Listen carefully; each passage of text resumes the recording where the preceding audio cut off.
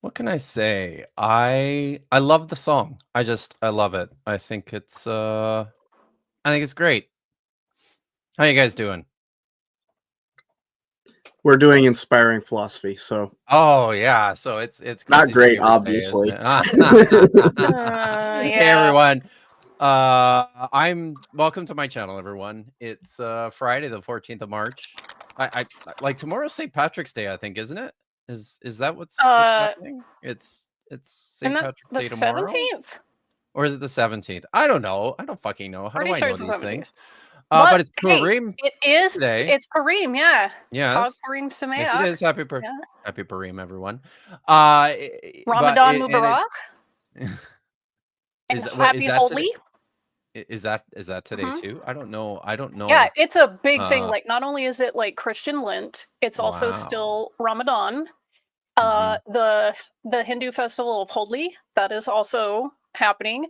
The spring equinox is coming up. We had a lunar eclipse last night. It's part like all the everybody's things got this all the energy. things are It's all the happening. things, yeah.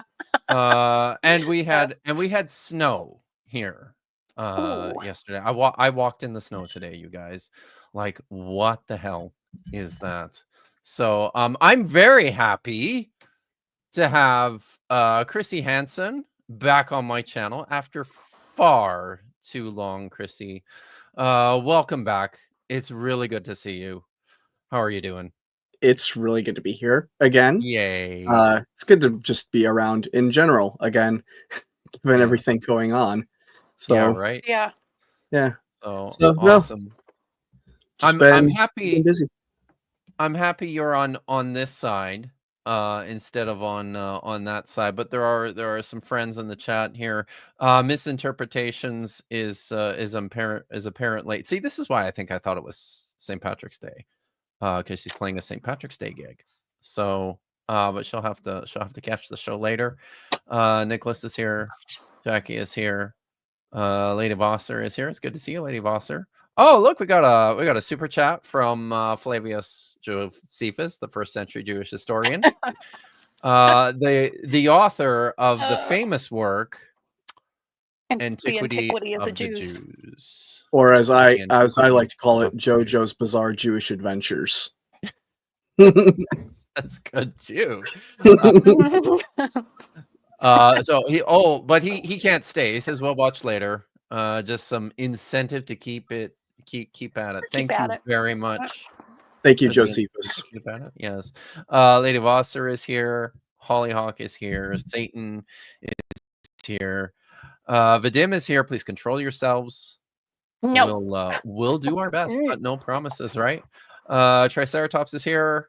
Yeah, it's great. Oh, shalom. Shalom Aleichem. Yeah. And yeah, awesome. It's good to see. Oh, look, there's another one already from Vadim. Why the Antiquity of the Jews isn't being read? We've got other things to do today, I'm afraid. Cuneiform guy is here. I haven't seen Swift C usually comes out whenever I'm doing anything on Deuteronomy 32. So it's good to see you, Swift C. Keep studying, study hard, get good grades. Lawrence is here. I was going to say we have to lead into it. Is this the Chrissy Hansen that wrote on Philemon? And yes, and yes, and my name is spelled E-N, not O-N. Oh, I'm sorry, guys. God damn it, because I am not a Swede. You're not a Swede. That's right. Oh, shit. My family is Danish, and we will go to war. Yeah, I believe it. So fuck Sweden. To that, I can drink to. I can drink to fuck Sweden. I really can. I lived in Norway for 3 years, and that's the general. You get it. I get it. All this Nordic conflict going on. It's understated. The Germanics. It's understated. So, but I'm very sorry about misspelling. I think I can correct it on the fly here. Shall we do that? It's fine. I'm so used to it. No. I'm fixing this. Chrissy Hansen. There we go. Uh, Lawrence says, I would fuck Sweden sober. Don't have to drink to do it. So, by the way, Lawrence, I started working on. No, I actually didn't, but I promise that that I will. We need to be in touch, so that so that I can get the details about your letter of recommendation for grad school. I'm excited about this. Oh. Yeah. So get in touch, dude. Yeah. So welcome everyone. I actually had just planned to kind of do like sort of an impromptu, just a very casual, like a Q&A stream. I was gonna talk a little bit about the Apologetics conference that I was at over the weekend. This is kind of what I was planning on doing. I was gonna update everyone on some exciting things. I'm really excited about some things that are going to be happening on the channel here in the near future. But then Inspiring Philosophy had to publish a stream. Truly the So plague that is just harming all of humanity every time. It's like it's freaking herpes, man. Just I keeps don't know, coming back. guys. Rhetorical herpes. It's amazing that a guy that can barely read his own native language has this much to say about other languages, I right? know. It's amazing.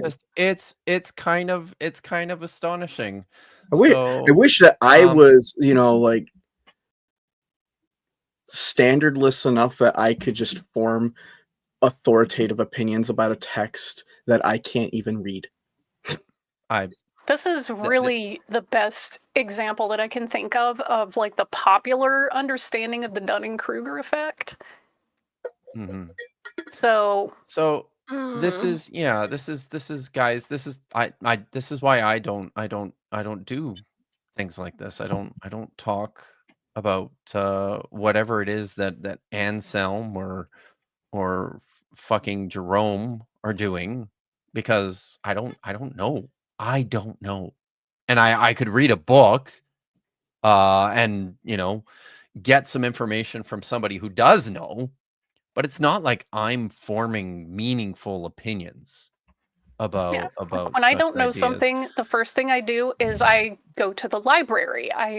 If I'm at home and I can't physically go to a branch, I open up the LA Public Library tab and I log in using my library card and I start going looking through papers. Yeah. So just we're gonna there's a lot going on today, so I think we need to kind of plow right through. We'll get to Michael's video here shortly. Just to kind of get our spirits up, though, I think I can say Ahavtika, I love you. just to prep for it, right? But before any of that, guys, I do need to get to some of these announcements and updates that I had talked about doing already. So I went to the annual Apologetics Canada conference on Friday and Saturday of last week, and it was a really interesting experience. So I think I there were a lot of things that surprised me. My expectations going into this were formed, and I came to realize something, I think, while I was sitting through some of the seminars in this conference, that just how different my online YouTube social media space is from real life. Because my expectations going into the conference were that it was just going to be a bunch of like middle-aged white guys hanging around and talking at their navels, and that's not what I saw. The conference was in a gigantic church, and it was packed. There was at least 1,000 people there, both days. And I think the thing that surprised me more than anything else was just the diversity and the diversity of the demographics in the crowd that was in attendance. There was a lot more women there than I was expecting to see, because in the online apologetics space, it's basically a sausage fest. But there were, yes. Do we have things to? Oh, sad, pathetic Cope. Just a minute. You were owned by minds. Take the Albro. This is what's happening here. I am just. This is my confession. I'm working through it. Thank you, Josh. I appreciate it. You're always there to keep me grounded. Mish. So, yeah. So I think that was illuminating. Just at the outset. A ton of young people there too. I would have expected it to be mostly like youth pastor bros. Yeah, but a lot of college kids, high school kids, tons of them there. So dismal. I mean, I've got some things to show. We can do some show and tell here. So let's just go. Let's go here. Here, I've got this. So I snapped this picture on opening night, and it was more packed on Saturday morning. I felt so bad for this little girl in front of me. She was about 10 years old, and I'm pretty sure she got dragged there by her dad, who was volunteering for I don't know, doing. He had a shirt and everything. And she was sleeping, right? Because you're 10 years old, and it's you're not listening to it's that. 8:30 on a Friday night, and you're stuck here. Oh my God. No thing. That is called parental neglect right there. So yeah, it's that's from. I was hiding in the back corner. This guy on the stage here, he's this is Andy Steger. He is the president and founder of Apologetics Canada. I believe he's the founder, but he gave his entire talk without notes, which was really impressive. I didn't notice much of anything else that he said, though. Oh, I did. Well, there was one other thing that was. It's always troubling to me, right? He gave a talk on Friday night, and then another woman gave a talk on Friday night. She works for Microsoft. She's in their AI development projects. And she spent a lot of time talking about the interface between artificial intelligence and the Christian faith, and this was perplexing to me, just how much she continued to return to the text of the Bible in her effort to speak intelligently about what Christians should do about artificial intelligence. And I struggle with this on so many levels. I mean, in the first place, she gets most of the text wrong anyways, just because, as most people out there, they just don't understand exactly what to do with the text of the Bible. So they just do whatever the hell they want. And that's a lot of what this was. But then beyond that, why would we think that the Bible has anything meaningful to say about artificial intelligence? Like, what kind of a question is that? I'm sure you could stretch something in there. If there's nothing else, Christians are creative with that. So yeah, it reminds me of when my pastor did an entire sermon on what the Bible says about video games. Oh, right. Yeah, because it certainly says things, right? Yeah. If you take those things and you throw them at the video games hard enough, eventually one of them will stick. Especially if you attach like glue to it. True. That is true. So so on the second day, on the Saturday, this was a bit soul crushing. They did a 15-minute. There was a sales rep from Logos Bible Software who came up to do a 15-minute pitch. And for those who are unaware, Logos Bible Software is far and away the largest Bible research digital platform available. And they are located just across the border from me in Bellingham, Washington, and they are unabashedly conservatively Christian. And this is troubling to me. The thing I think that was most concerning was he was up there demoing their new version. I'm just going to stop sharing this for a second here.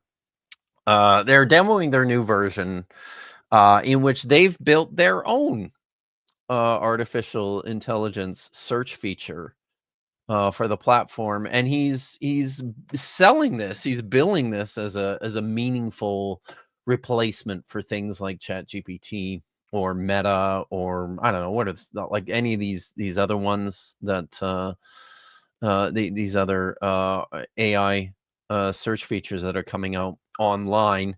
So he's demoing this and punches into his AI engine the question, where is the Trinity in the Old Testament? And my expectation was that it would have come back and say, go home, you're drunk. But no, because it's Logos Bible Software, it returned, dozens of texts from the Hebrew Bible. It returned a large selection of secondary literature, all produced by very conservative Christians or just theologians, about locating and understanding the place of the Trinity in the Old Testament. So this is just kind of the stuff that was going on. I met some people. That's disgusting. It really is, right? I just Very frustrating. it's that sort of thing that is just generally really consistently irritating. So I met some people when I was there.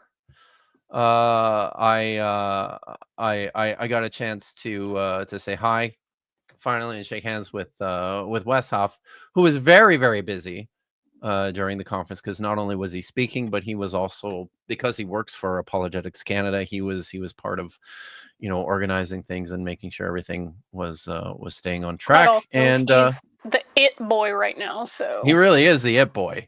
And this was pronounced while I was there when he finished giving his talk. My plan was to go up and to say hi to him just as he was finishing there, but I couldn't even get close to the stage because there were just throngs of kids there looking for selfies and autographs and all sorts of things. And the gentleman on the left there, some people probably recognize this as Ruslan KD. He's a YouTube apologist. He called me a boomer once and laughed because I told him to get off my lawn. But he's a very you have to admit you do have some boomer tendencies. I'm owning it today. I am definitely an honorary boomer. I really am. Yeah, because I know you're solidly Gen X, but there are tendencies. Solidly. There are tendencies. Yeah. But really quick, before anything else, I just want to say hello to Bread Daddy Peter Kropotkin. That's right. Bread and Rose Daddy. I don't know what this is. What's going on? Oh, do you know he who wrote Peter Kropotkin is? No. The father of political anarchism. He wrote a book called The Conquest of Bread. Oh, it's on my really shelf good book right now, actually. Yeah. I highly suggest reading it. It's very good. Cool. Sweet. Yeah. Okay. Well, if I ever find time to read much, outside of what I do, I'll make sure to take a note of that. You But could probably knock it out in a couple days, honestly. yeah, okay. Well, maybe for holidays. Yeah, that sounds good. Yeah. Yeah, it's good light reading. Okay. Yeah, not internalize all the concepts, but you could physically read it in a couple days. All right. Well, so Ruslan's a nice guy. We chatted for about 30 minutes. I often get frustrated. Sorry, I was just looking at the chat. I often get frustrated by the insistence of a lot of these guys to set their focus on theology. Everybody wants to know, what the deal is with me and God and, Christianity. And, I continue to, I continue to just repeat to people what I told my dad over the holidays when I was visiting home this year, that any questions about God or about religion are just questions that I am no longer interested in, and I stopped asking. And I don't know what to tell you beyond that, right? So that was the Apologetics Canada conference. I have to give a shout out, and hopefully he's here. But I did meet a fan while I was there.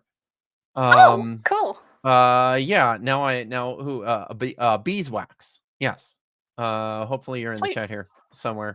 And guess who didn't come to the Apologetics conference with me? Wow. I thought you were supposed What to the be hell, doing Joel? it together. Where's my wing? Who Gosh. is looking out for me? Right?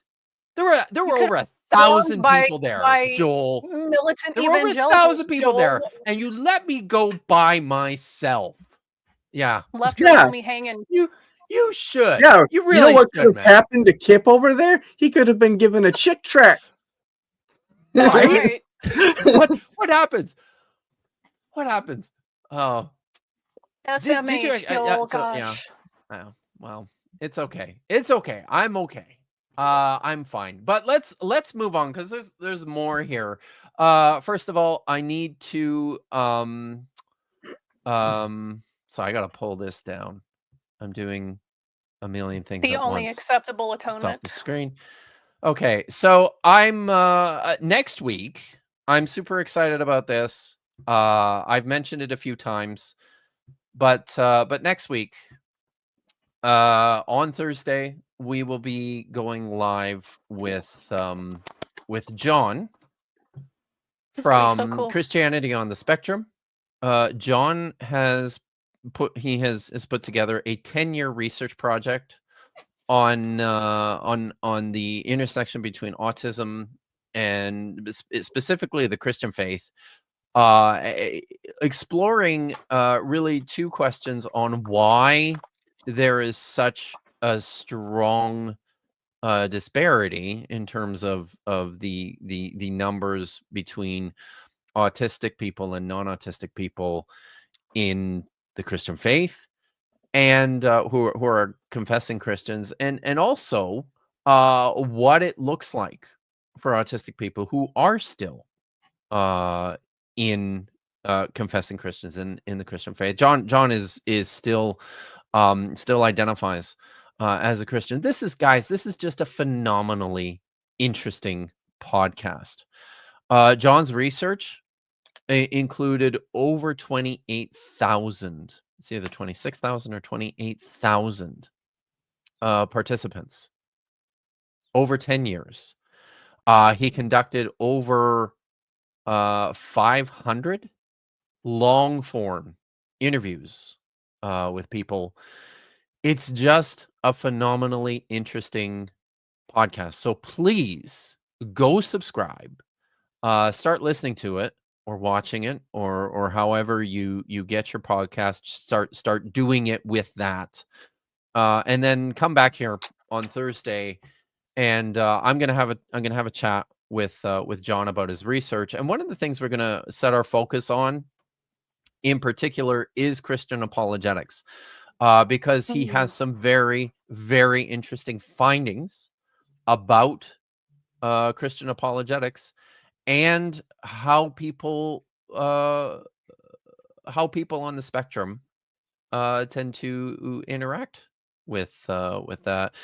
Triceratops says, I'd like to hear him speak about selection bias and the responses to his survey, especially with regards to non-speaking and concurrently IDD people. What is IDD people? I'm sorry, I don't know that.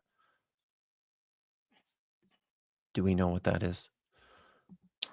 I will wait for Triceratops to clarify. So, yeah. Sorry. Yeah. Yeah. Come and ask. If it's the thing about, so one of the things about the podcast is it's really long. Like you can see all the episodes there are like 2 hours, an hour. I think he's got over 20 videos on there already. He's continuing to add content to it. The actual podcast proper, I think, is 10. It's 8 or 10 2-hour videos or audio recordings. I have not managed to get through the entire thing. IDD is often used to describe situations in which intellectual disability and other disabilities are present. Okay, thank you. Big Zebra. So okay, good. So that's a good question for him. So come back. For those of you that don't know, you should avail yourself of YouTube's ability to watch things at a faster speed. Sometimes I just can't. I like listening to people talking at their regular cadence, but that's just me. That's fine. That's and it's a problem. I'm the opposite. My brain is always on hyperspeed, so I need to internalize information at the speed I learn it. So 1.25, 1.5 are usually the minimum speeds that I watch at. And sometimes even when I set things on 2 times speed, it's not fast enough and I'm just like, ah! So I have a friend. She listens to audiobooks because reading's really difficult for her now because she was in a car wreck and had brain damage. So she listens to audiobooks and she listens to them at 5 times speed.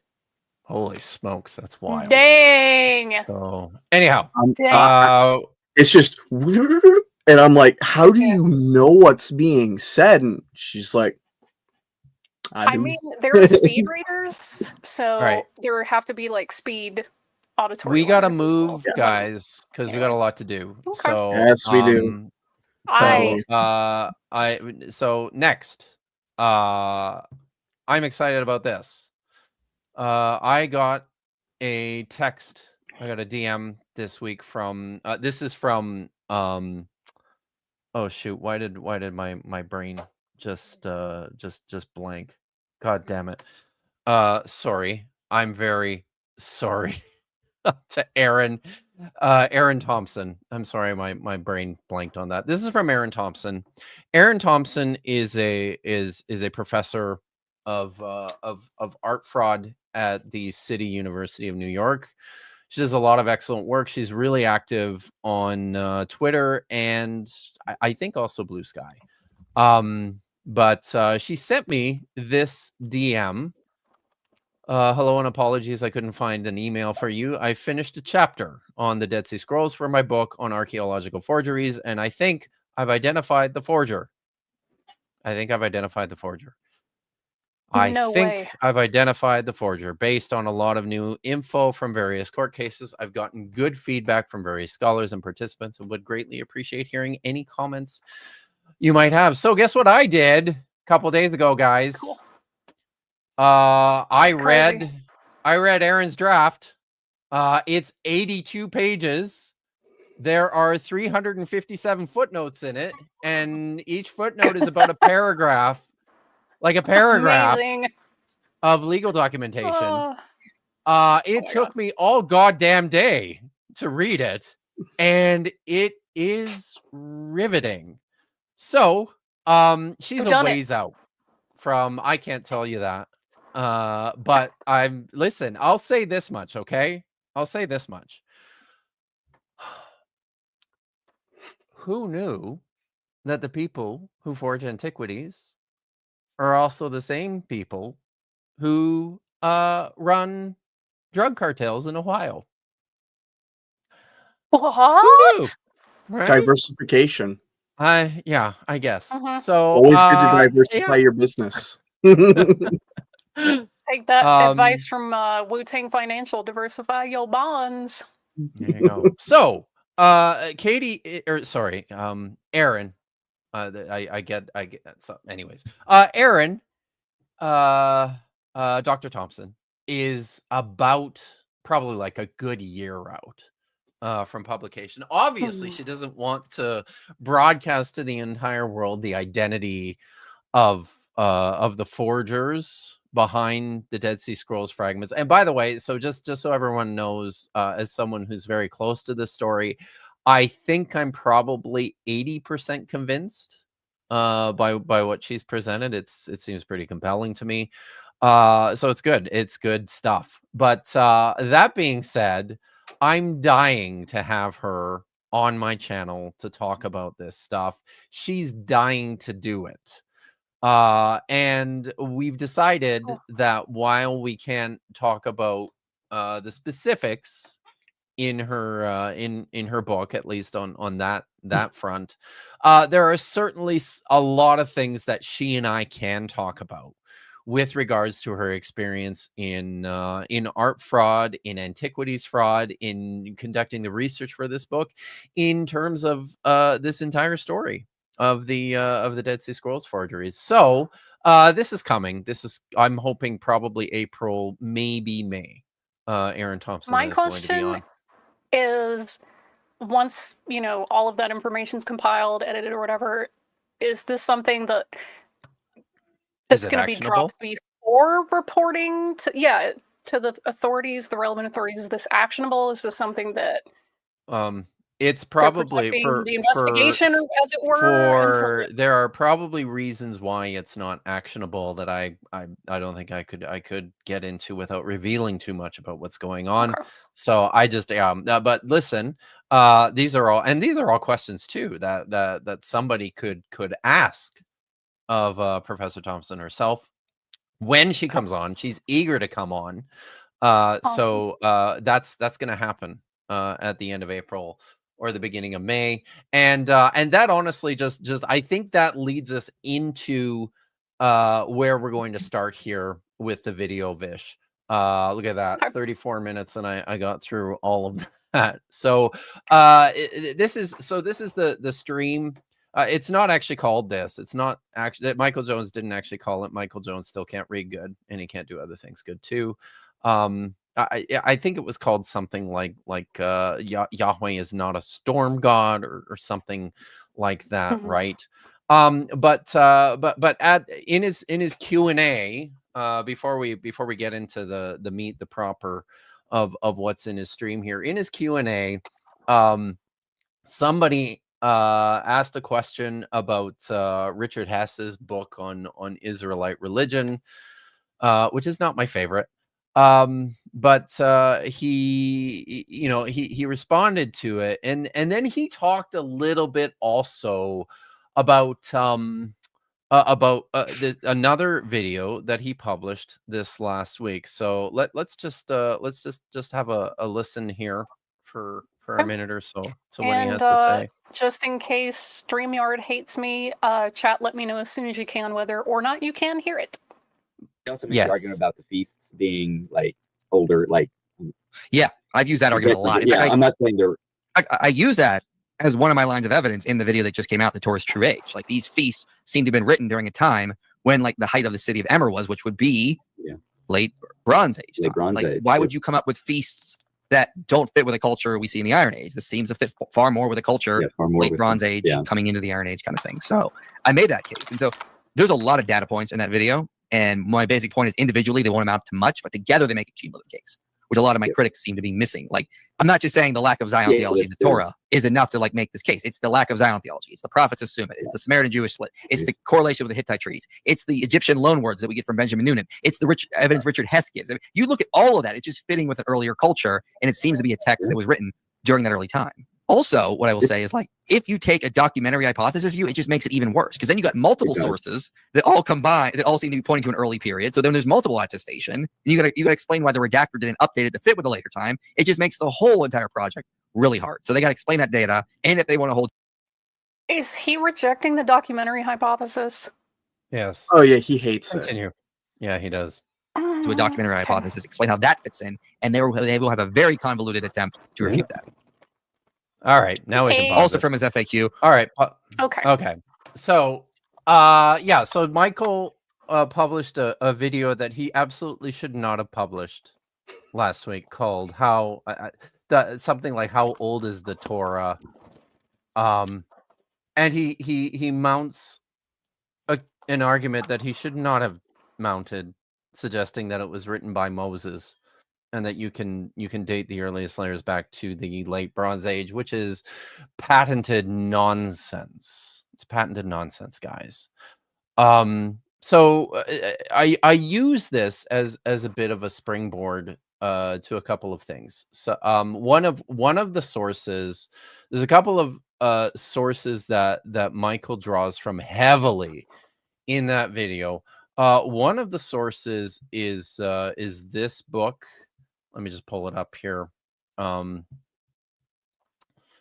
This book by John Bergsma and Jeffrey Morrow, Murmuring Against Moses, The Contentious History and Contested Future of Pentateuchal Studies. Like, just look at that title and let that sink in for a minute. The Contentious History and Contested Future of Pentateuchal Studies. Some big claims. I'm hung up on invoking this murmuring against Moses line. That is crazy. Invoking that as the part of the title is making this oblique reference, or maybe not oblique reference to like, oh, the people murmured against Moses and they were totally wrong for doing that and they should be punished. And so if you say Moses didn't do this, that, and the other, then you're also wrong. And like, man, why are people so fragile? So it's true, right? But importantly, it's a fairly new book, as you can see. It was published in 2023. It's been reviewed already, and I'll listen. Let me just read a little bit to you. This is from the review of the book published in Catholic Biblical Quarterly. So, Catholic Biblical Quarterly, right, guys? So this is why is it? No, don't do that to me. Okay, one of the most prestigious journals of biblical studies in the entire United States. Yeah. Oh, and so for people who don't know, like, Morrow and Bergsma are Catholic apologists, right? So, which is a big reason why I think Catholic Biblical Quarterly was eager to get a review out for this book. So it was this is from CBQ 86 in 2024. This is Nathan Masnayak. I'm sorry if I butcher the name, Nathan, and I'm eager for you to correct me on it. So he wrote a very good review of the book. Do you have it on a screen that you can share? So no, I don't. I'm just going to read it, and I'm not reading the whole thing. I'm just going to read a little bit of this for you. So he says, John S. Bergsma and Jeffrey L. Morrow state at the outset that their goal in this book is to, quote, shift the reigning scholarly paradigm in Pentateuchal studies and to demonstrate that, quote, the Pentateuch is a primarily unified pre-exilic document, end quote. In fact, they argue that not only is the Pentateuch pre-exilic, but that it is also pre-monarchic, and its final form belongs to the time of Joshua. This is a bold claim, the substantiation of which would require addressing the vast fields of contemporary Pentateuchal scholarship and Levantine archaeology. Instead, they set their sights on one 19th century figure, Julius Wellhausen. This focus on Wellhausen is a methodological problem that pervades the book's entire argumentation. Though claiming to address the current reigning scholarly paradigm, that's their quote, of Pentateuchal studies, Bergsma and Morrow make no mention of current documentary scholarship or the primary non-documentary alternative represented by the tradition historical school. For current adherents of the documentary hypothesis, see Joel Baden, The Composition of the Pentateuch, see Leon Feldman, The Story of Sacrifice, Ritual and Narrative in the Priestly Source, or Baruch Schwartz, The Documentary Hypothesis in the Oxford Handbook of the Pentateuch. For the tradition historical approach, see Erhard Blum, Studien zur Komposition des Pentateuch, and the discussion of this approach in Baden and Stackert, Introduction, Convergences and Divergences in Contemporary Pentateuchal Research in the Oxford Handbook of the Pentateuch. So therefore, while Bergsma and Morrow's bibliography on objections to Wellhausen is up to date, contemporary critical Pentateuchal scholarship is ignored. Sorry,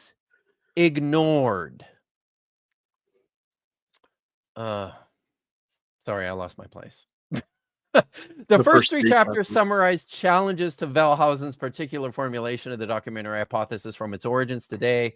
Sorry, I was going to skip that, but moving on to just his conclusion here. The unseriousness of this work as a whole is betrayed by the claim to intervene in contemporary Pentateuchal studies while failing to interact seriously with contemporary Pentateuchal scholarship. In my view, Bergsma and Morrow have not succeeded in adequately addressing either of the topics promised in the book's subtitle, The Contentious History and Contested Future of Pentateuchal Studies. By failing to go beyond Wellhausen, you guys. By failing to go beyond Wellhausen, the book tells a truncated and distorted history of modern Pentateuchal studies. By failing to address contemporary documentarian and tradition historical approaches, the book has not even entered into discussion of the possible future of the field. That's a good question. Is this book even peer-reviewed? I'm not sure. I don't think it is. It's published by Emmaus Academic, which is just a Catholic theology hub. So even if it was peer-reviewed, I doubt it was peer-reviewed by any relevant expert. So as good as not. So the reason, but listen, guys, the reason I bring that up is because I'm happy to report that Dr. Joshua Bowen and I will be going live with Dr. Nathan Masnayak to talk about this book and to talk about the problems of the modern attempts to undermine critical Pentateuchal studies. So that's coming in the near future. And I'm very excited to report as well that no less a luminary than David Carr is going to be joining, probably just me, because he needs to do it during the day. But hopefully within the next 2 or 3 weeks, I'm going to be doing a stream with Professor David Carr from Union Seminary in New York, and we're going to talk about scribal practices in ancient Israel and the relationship of those to the composition of the Pentateuch, and we're going to discuss the source theories, because honestly, it's getting tiresome. It really is. So why don't we talk to some scholars, shall we, in the field about doing Pentateuchal research? I think that's a good idea. What do you guys think? No, I think that we should just only do live streams with THM students. Maybe you're right. Yeah. Speaking of THM students, maybe we should. It's been a while. Yeah. I know. Dr. David Carr. Yeah, David Carr is a legend. So, and for the audience, Peter Kropotkin is asking, who is Wellhausen? So for anyone in the audience that may not be familiar already, could you just summarize? An anti-Semite. Yeah, that too. So Julius Wellhausen was a 19th century, mid-19th century Old Testament scholar who is generally credited for the original or the earliest formulation of the four-source documentary hypothesis that he published in the 1860s. As you can imagine, biblical scholarship has moved a little bit in the last 150 years. So Joel says, and he's wrong about this, the God of source criticism. No. Wellhausen is not, and no, not the goat. It should Wellhausen should also be noted. Wellhausen was also influential in the popularization of the construction of Q in New Testament studies too. Oh, interesting. Also did a whole lot on pre-Islamic religion, and the dude was prolific. That's so cool. Yeah, amazing. He was insanely prolific. So, very, very important. The God of source criticism. He's the demiurge. That's probably best. that might be more accurate. So, but yeah, one of the most, certainly one of the most important scholars in the history of modern biblical scholarship. So, but honestly, we've moved quite far from Wellhausen. It's the same thing with, I mean, I guess that's Darwin. fine. I guess that's Darwin being so long the as first to talk about like descent with modification, but he's not the end point. So like all the Christian creationists and stuff, they're like, Darwin this, like the field has moved beyond Darwin in the last almost 200 years. So let's be fair though. Yeah. Textual version. Let's be fair though, Joel. You said the God of source criticism. Not a God. If it's a pantheon, then absolutely he belongs close to the top of that, if not on the top. But we don't have gods in biblical scholarship, so you know. I don't know what you're talking about. Well, what about prophets? This is a Christian household.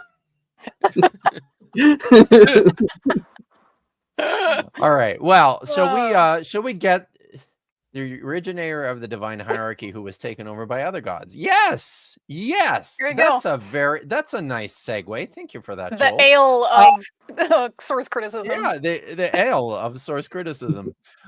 Shall we get to this video? And before we start, I thought it was important just to say one thing. So if you want to just pull up the video, Vish, we need to look at one thing here.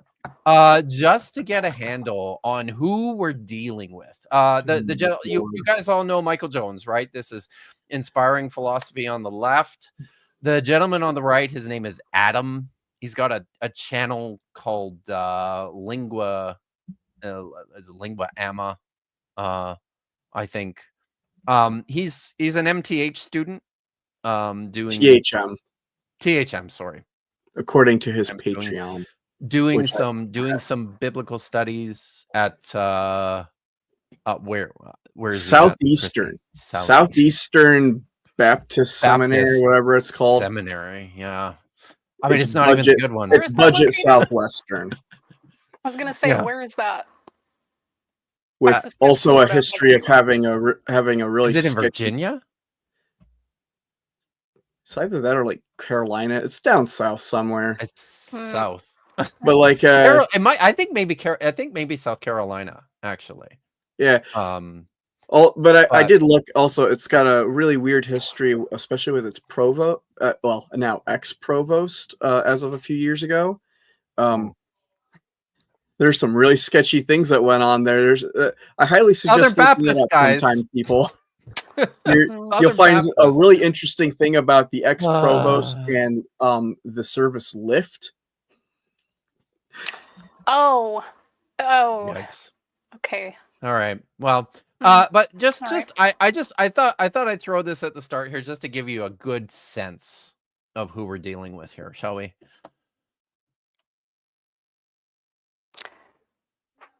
All right. You ready for this? What are your religious beliefs? Are you a rabbi? He says, I am Jewish. Belong to the Reconstructionist movement and closely Pause it. I forgot to set this up. They're responding to a Justin Sledge video.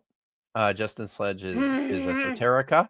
So this is a question with regards. This is a comment with regards to Justin Sledge reading from his FAQ. Okay, sorry about that. Okay. Align myself with the teachings of Rabbi Mordecai Kaplan. I am not a rabbi, but I am married to one. So is his wife Okay. a rabbi, or is his husband a rabbi? I don't know. Yeah. I don't know. Are there female rabbis? Yeah. Oh, yeah. Are I think you there are. freaking Okay, there are kidding? in these Yeah. movements. Okay, I'd say that. Okay, that's maybe what he means. Okay. Did he just Google search, are there female rabbis? Y'all. Live on the Oh air. my God. Live And he on the air. he adds to this also like something about how the Orthodox wouldn't be happy with this. And, like, I mean, we're not. We can see that if we want. Okay. To just but also continue. like there are Orthodox women who are rabbis. Right? Yeah, this has been a huge deal for the last like 15 or 20 years at least. Like imagine being so insulated into Christianity that you just don't know a single thing about Judaism. Literally. I mean, There's this not a is single thing standard about for contemporary most- Judaism. This is the standard for most Christians, especially in the West. They don't know anything about Judaism other than what they think that they know from the Bible, which is nothing, really. Yeah. Wow. Okay, I'm just going to keep this going, but also he skipped the ZL. That's an abbreviation for Zichron I know, Levrach, right? Yeah, which means Zichron, of yeah. blessed memory, because Rabbi Mordecai Kaplan did pass away, so that's typically what we Why refer did to why did he skip people. that, Vish? Why He did doesn't he know what skip it means. that? Yep. He has no idea. And it's He has even no idea. it's even helpfully published there for you using like the Latin alphabet. Yeah, it's My- transliterated for you. Like it's transliterated for you. And he doesn't know. Like, my God, if he doesn't know this, then why? Okay. Why is anyone listening? Let me So, just let this play. Just finish it out. We'll right, hear well, it straight from him. The Orthodox Jews don't have a problem with that, but I don't think the Reform. Who cares? Who cares? You're Who not cares? the And arbiter. also not all of them. And Right. also, Right. the Orthodox also, again, have developed female yeshivas, have started to ordain or give smicha to women in certain circumstances. It doesn't matter if they're the only denomination or, I guess, branch of Judaism that doesn't do it. Every single other one does. So, And also there's like oh my God. there's no single branch of Orthodox Judaism. There's so many branches. And Yes. some of them Many. do ordain women regularly. Oh my God. Reformed will.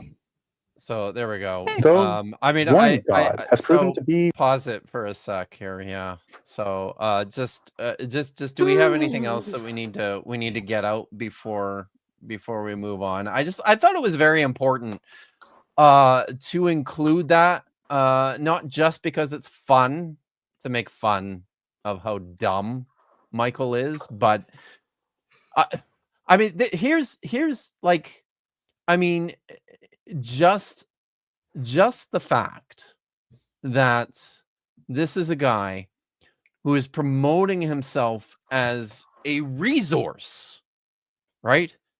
An online resource to address questions about Christianity, about religion, and about the Bible, and he doesn't know this. Like, this is the easy shit.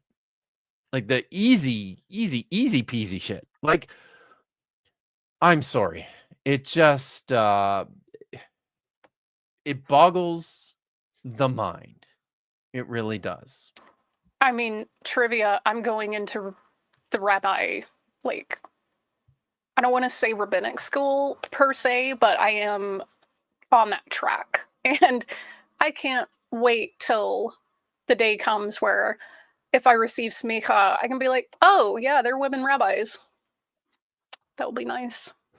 Oh, hala. So. Oh, hello. Wow. All right. Well, okay. So let's now that we've we've wasted like an hour.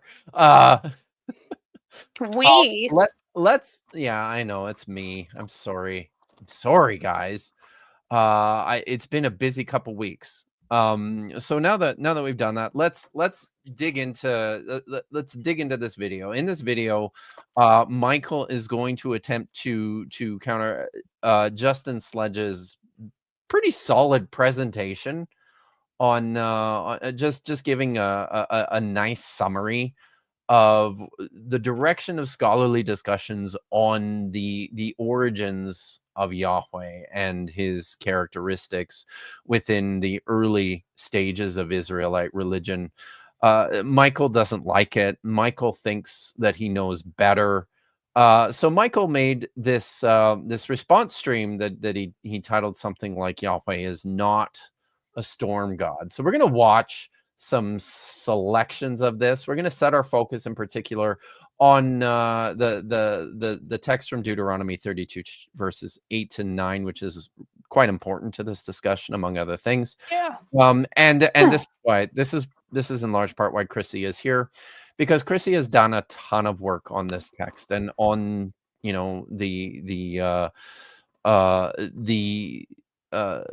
broader background of the ideas that are promoted within. I also want everyone to know that Michael had access to all the work I've done and purposely has ignored half of it. Yes. As he does. And if you want, if you want proof of that, go to his video. I think it's like Polytheism in the Old Testament. You'll find my name in the description, thanking me because I sent him stuff to help him on the video. And then you'll find like little bits. So, for example, in one of the slides, there's a little footnote that's like, "Oh yeah, El is called Most High in South Arabian inscriptions." He wouldn't have known that if it wasn't for me. Mostly because I'm not sure he knows that South Arabia existed without. I mean, chances are high, right? So, and I can guarantee he doesn't know just about anything. Cheryl, you can find it. I have a Humanities Common, I think it's now called Knowledge Commons page, and it lists all my scholarship on there, where all the journals are, and you can also email me, and I'm happy to front anything that's behind a paywall, because I don't believe scholarship should be behind paywalls. Same. Can you drop that in the private chat, Chrissy, and then Vish can star it, pin it. Can you pin it, Vish? Okay. I can't pin it. You have to pin it, but I have to pin it. Oh God, I have to. Okay. And before we start this clip, I was going to say that Dr. Sledge, who runs the channel Esoterica, he is an observant Jew. He's not Orthodox, but he does this scholarship regularly. It doesn't threaten anything about his Judaism. So it is funny to me that Mike Jones gets so ruffled about this. He can't process how this is possible. So I can't wait for this implosion. Anything else we need to know before I hit play? No. So we're gonna hear Justin Sledge's thesis here first. Rather successful, oddly enough. Not that that makes them a better god or even a real god, beyond all reasonable historical expectation.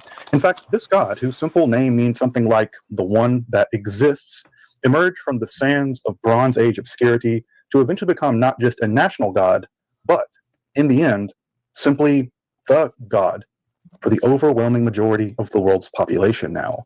But just how did a tribal warrior storm god, Yahweh, go from being a god, a minor god, among gods much more ancient and much more powerful, enduring up till then at least, to simply becoming God, the soul?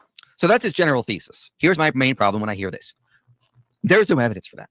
People have to go to places like Deuteronomy 32, 8 to 9, and then they extrapolate way too much from this limited passage to build this entire elaborate story of this evolutionary hypothesis. They'll do that in a little bit of like Psalm 82. And it's just, that's not what we see in the biblical text. We don't see any biblical text that definitively say Yahweh was a lesser storm god. A son of El. We don't see any explicit saying of that. So this entire hypothesis is built basically as a scholarly reconstruction on very, very limited data. Meanwhile, if we want to argue that Moses existed, we have to go through hoops beyond reason to just show that there was actually a person named Moses. And even though we have the entire Pentateuch for the most part, saying that he existed. We have later Hebrew prophets saying he existed. We have all these texts saying that. But meanwhile, on the other side, they're allowed to make this elaborate hypothesis that Yahweh just evolved from an early tribal deity based on such limited data. I get annoyed, and I'm not saying esoterica is definitively doing this, but it's just rather frustrating, the double standard we get from that side versus what we're expected to show. All right, pause it for a sec. Oh, you have anything on that, Chrissy? Oh, I've got things. So number one, Michael doesn't understand how scholarship works or what's even being said. No. When we're saying that Yahweh was a storm god, we're not saying that there was some nebulous category of the storm god that just existed in the ancient Near East and that they just lumped their deities into.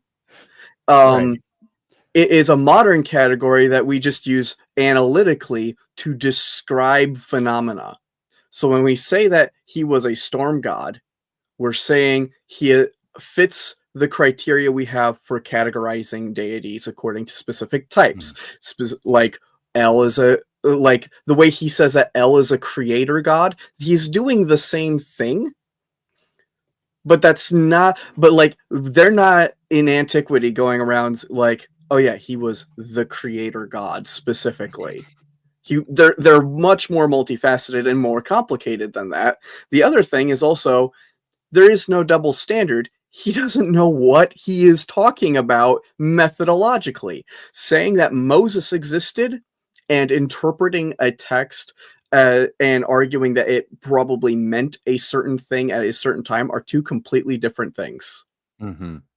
Like, if I want to say that Moses and the Exodus happened, I need texts close to that time period, and I need good archaeological data that backs up something of that magnitude. Because if I didn't, I wouldn't have evidence.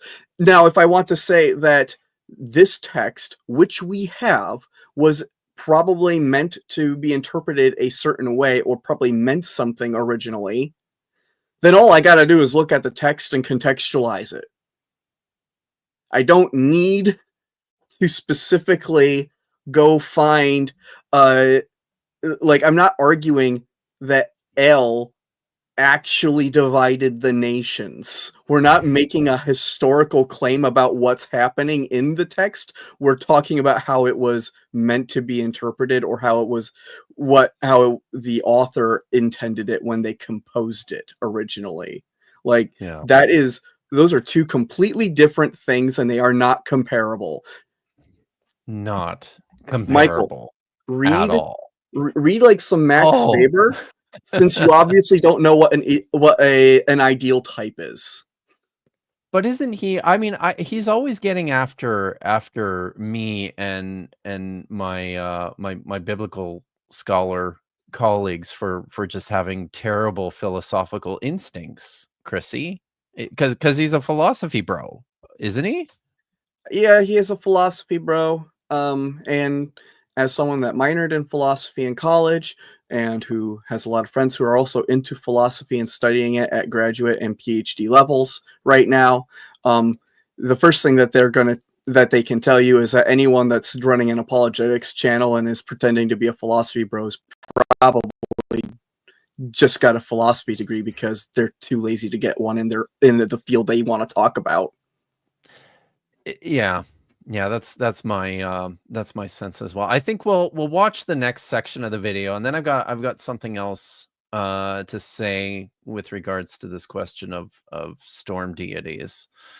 I was just gonna make one super quick thing. This person is very wrong because this is extremely not correct. That is not correct at all. Lots of Jews have the name of John or Justin or James or Jacob.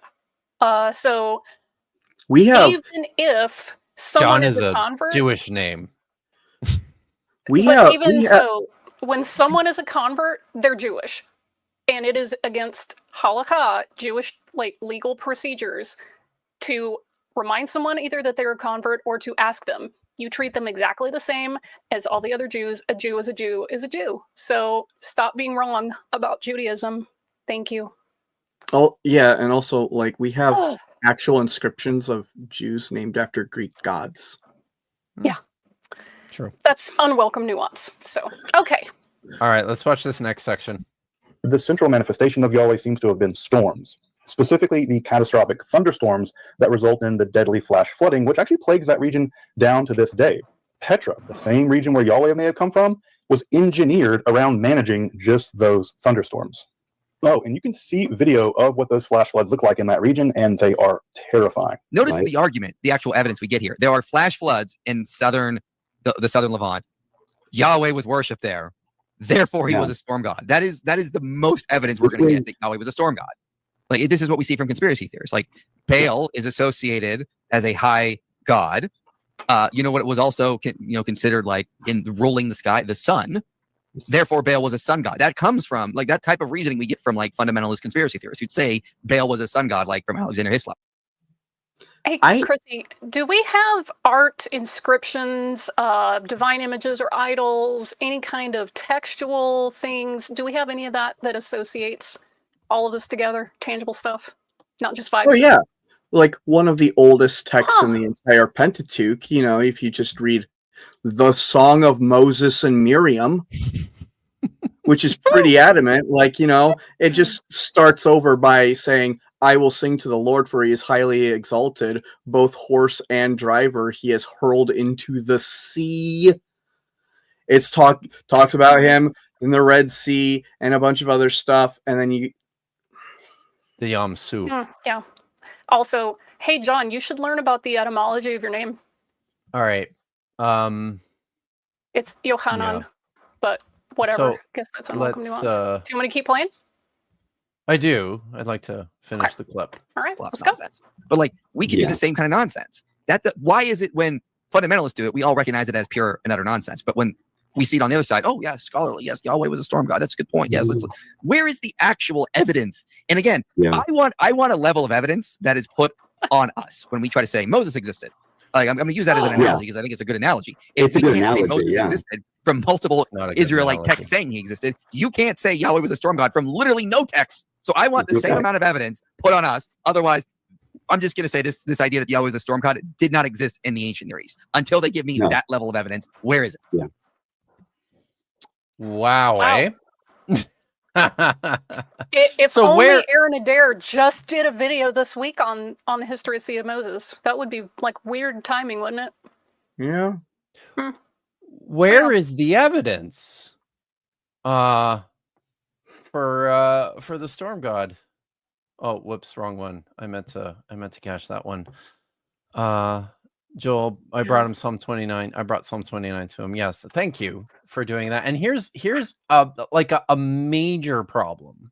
A major problem with Michael's thinking. You've already pointed to it, Chrissy, in terms of the way, like, it actually sounds to me like Michael and his friend Adam here think that ancient people had these categories for deities: storm god, sun god, creator god.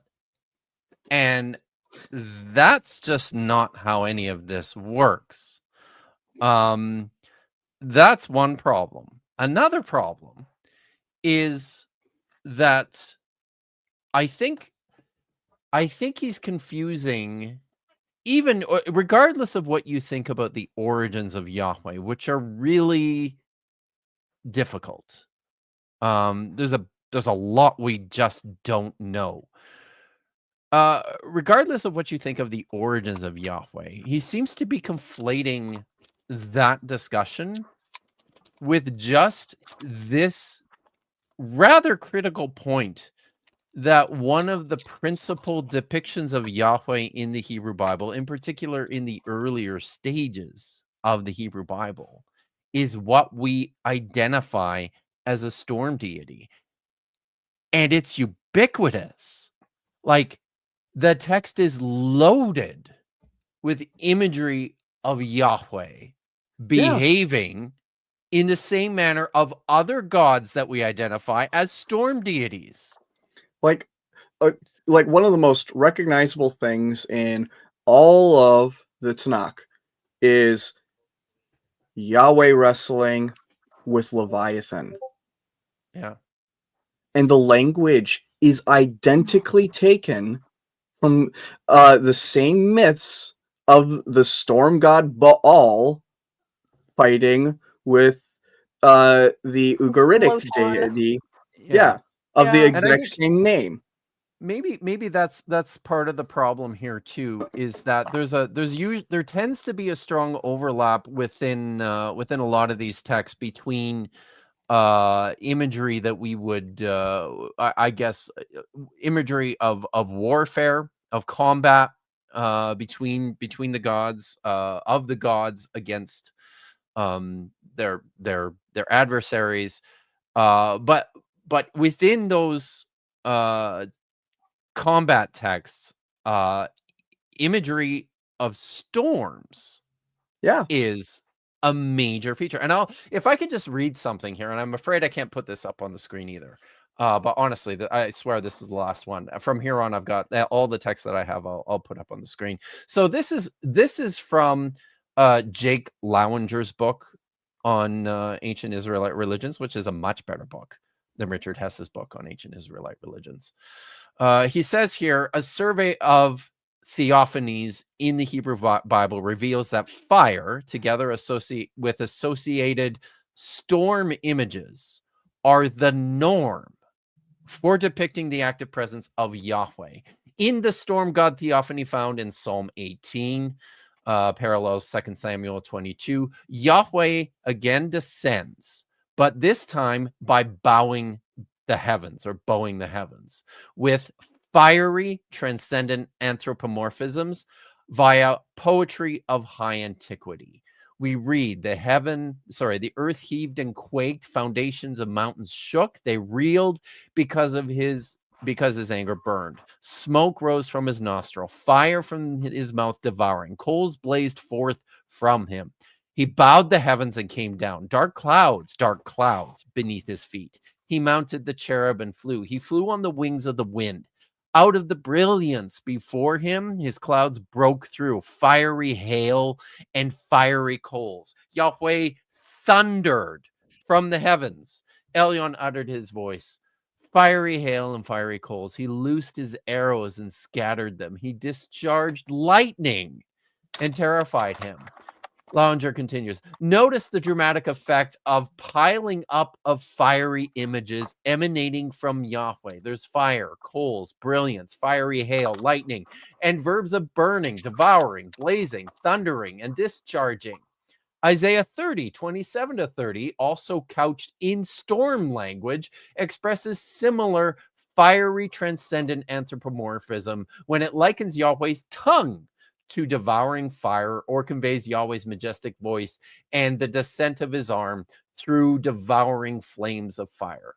By noting the divine presence of fire in storm theophanies, we are not suggesting that authors drew only upon tempests as sources of imagery. As Dilbert Hillers has noticed, divine fire plays a key role in mythological battles in ancient Near Eastern and classical traditions as well.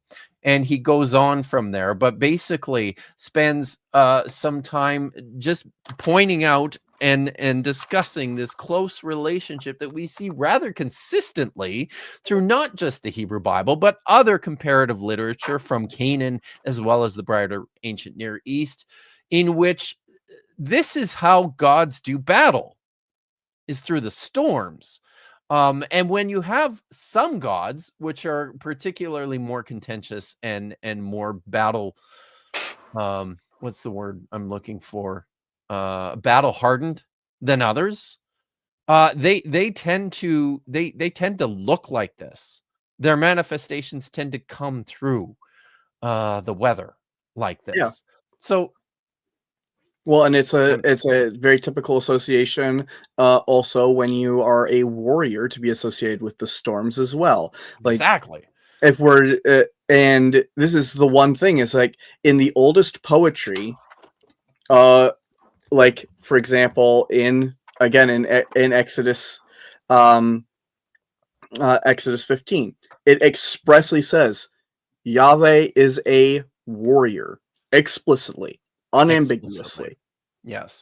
That's just completely, like, no dispute. And what is the, like, Calls him a man this of is something war. that Mark A Smith man actually of notes. war.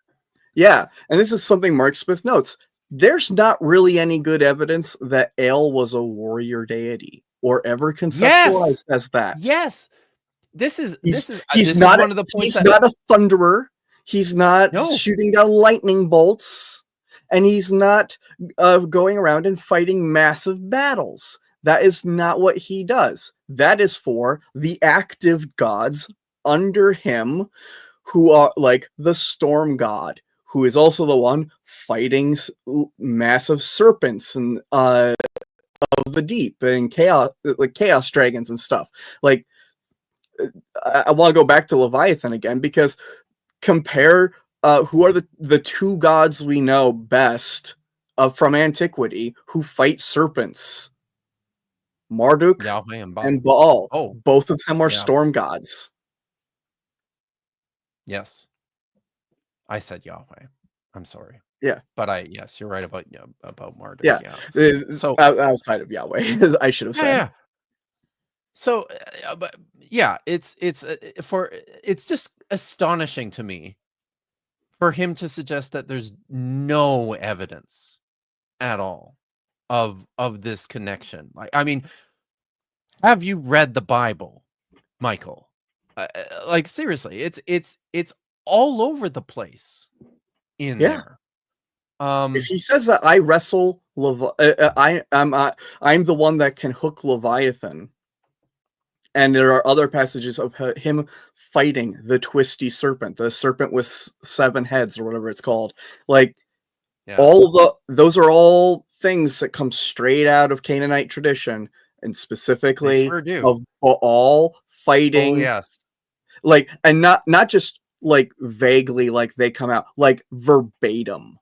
Like, you can find the word for word overlaps in the Baal cycle and the way they describe Lutan, and the way that the various passages in the Bible, especially in like Isaiah, describe Leviathan. Yeah, it's all in there. So yeah, it's a frustration. But I think at this point, maybe we'll just we'll just move on. I will say, for anyone interested, there is a really affordable and pretty easy to read book, and it's James S. Anderson's Monotheism and Yahweh's Appropriation of Baal. And it's short. It's only about 100 and it is 120 pages long. Like, you can read this in an afternoon, and it's super friendly reading, even if you are not a specialist. In my opinion, this is one of the first books I got on Old Testament stuff. Highly suggest it. Awesome. It's not much longer than the chapter I read from Aaron Thompson this week. So there you go.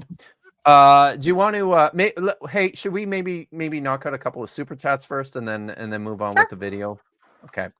Sure. Let's do that. Okay. And if you guys have questions, make sure you get those in as we go. Archival blob for 50 secs.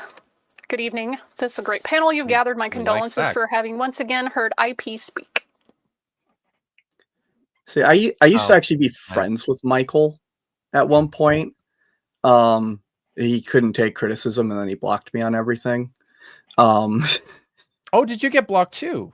Yeah, I got blocked after it was on Twitter during the whole ordeal over him misreading that report on the Jericho surveying. Oh, okay. Yeah. And he blocked me because I called him on misrepresenting everything, and that he should apologize to the public. Womp womp. Thanks for the super David, chat. $4.99. Did Kip get to see his good friend David Fogg while at the conference? No. The now disgraced Egyptologist was not in attendance at the same conference that I was at. It was called a conference, but my friend Pat Lowinger made me realize maybe I should better call it like a rally, or You know, it was not the kind of conference that I'm used to attending. So I wondered, but you know, the Valley, not many people come out to the Valley from Vancouver. So, but yeah. Anyways, thank you for the super chat. Yes, My Atkinson. Yay, Chrissy's here. Why doesn't this happen more often? There you go. All right. Well, I'm not asked. we shall have to remedy that. Yeah. On Logos website, how they wanted to be slow about introducing AI to give time for the Holy Spirit to speak. So. Oh, geez. Ouch. Yeah. Wow. Okay. And then this is in reference to the Dead Sea Scrolls conversation.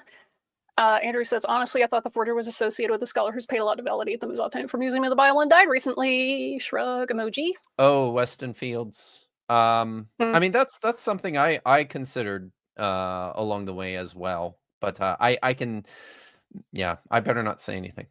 So yeah, okay. Lex Lotta in his Torah video IP also said the Masoretic text version of Jeremiah was 1/7 shorter than the Septuagint small potatoes, but it was scripted, not a slip of the tongue, and made with 100% confidence. Yeah, but you know what? I've made mistakes in my scripts too, so I won't get after him too much for that. So there's a point, like, we all do make mistakes. I have mistakes in some of my papers that are quite cringy. Sometimes you say something that's not in your script either, right?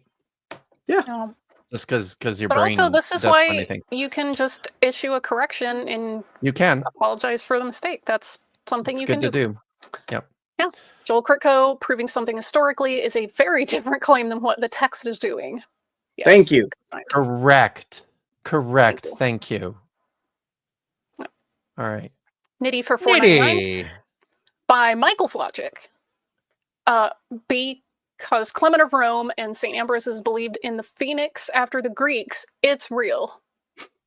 Yeah, I mean that's basically it, right? When he's talking about how the prophets seem to recognize and believe in Moses. Yeah, it's a really big problem because, like, when you think about trying to use text as evidence or trying to use anything as evidence, nothing is evidence in and of itself. Evidence is something that we as modern scholars assemble, and we are essentially arguing that X, Y, and Z should be taken as evidence. Nothing is evidence until we decide to make it so. Yeah, right. Okay. Cool. All right, Andrew, for $7.99 kangaroo dollars. Ooh. No experience in biblical scholarship, but I enjoy your insights. Curious, do you have any plans to converse with any apologists in the near future? Well, I mean, I'm happy to talk to apologists, and this is something too. You know, I've been hoping that I could work something out for a conversation with Ruslan or with someone like Wes. And I have other friends. Than Christopoulos is a friend of mine, and we've talked about doing some things live together. So it's certainly something that I am happy to do. I'm open to do it with a lot of people who are working in apologetics who, I have some respect for. Sadly, there's a bunch that I just don't, and so that's never going to happen. But it's I think it's important to keep some of these streams of dialogue open. I'm also discovering how difficult some of that can be in the current climate. I'll just say that. But thank you for your super chat. Lex Lotta, I'm sure Michael's Ugaritic is as good as his I am 100% confident that it is. Yeah. Yeah. Ian Canby, as Chrissy Hansen once said, Mike Jones has no idea how to read an ancient language. You did say that, Chrissy. Yeah, and I've not been proven wrong. I've never been proven wrong on this. Joel Kirko, the Septuagint says crusher of ores, so we have to go with that no matter what. You showed up. You know what? you got us there. Vadim, stop the stream. We have to see Vigilante's kittens. They're running all over the place right now. I have to deal with them being little gremlins. So if they come back and start playing around on the desk again, I'll try to get them on screen. And Chrissy's version of not a specialist still needs to know 3 dead languages. Yes. If you want to have an authoritative opinion and sell it to people, yeah, you do. You kind of do. Yeah. Like I'm not technically speaking a specialist. I have never gotten an advanced degree in any field of biblical studies. However, I went and learned learned like what goes on in the field. I learned the languages, and then I proved that I could actually keep up by actually publishing scholarship. And you've actually managed to publish more peer review literature than either Richard Carrier or David Falk. So true. Combined. Combined. Yeah. Yeah, and that's the thing. Anybody can do that. You can learn about the field. You can learn. I have literally coached people, non-scholars, on getting papers published, and it's happened. I have taught that. Brilliant. I have taught them how to look at the scholarship, how to work with the languages. I've taught them how to write the papers and write them competently, to think about their theories methodologically, and they have gotten published papers. It is possible. Non-specialists can do that. I have no qualms about if Michael went and actually got legitimate stuff published in a real journal and not just one of your stupid ass Christian apologetics journals that thrive in the millions. Agreed. You can, if he did that, that would be completely respectable to me. Agreed with Joel. You are a scholar. I agree. Yes, you literally publish in the relevant journals. When you're publishing peer-reviewed, when you're publishing and passing peer review in relevant journals, you are a scholar. Yep. That's what a scholar. Chrissy's coached me as well. So relevant on this issue, by the way, is today I actually got news that my 4th article on Deuteronomy 32 was actually accepted at TC, a journal of textual criticism that's published by SBL.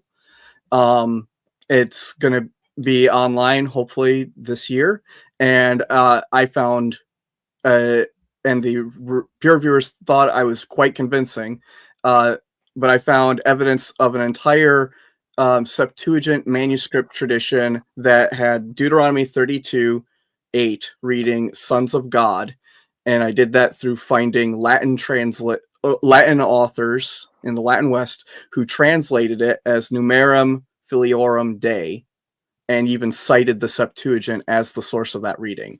So I have now proven the existence of several now lost manuscripts. This is amazing. So good. This is amazing. Chrissy continues to kill it. All right, let's also real quick before we get back in, Milwaukee is $2. I really wish I was as good a writer as Chrissy. Don't we all? Don't we all?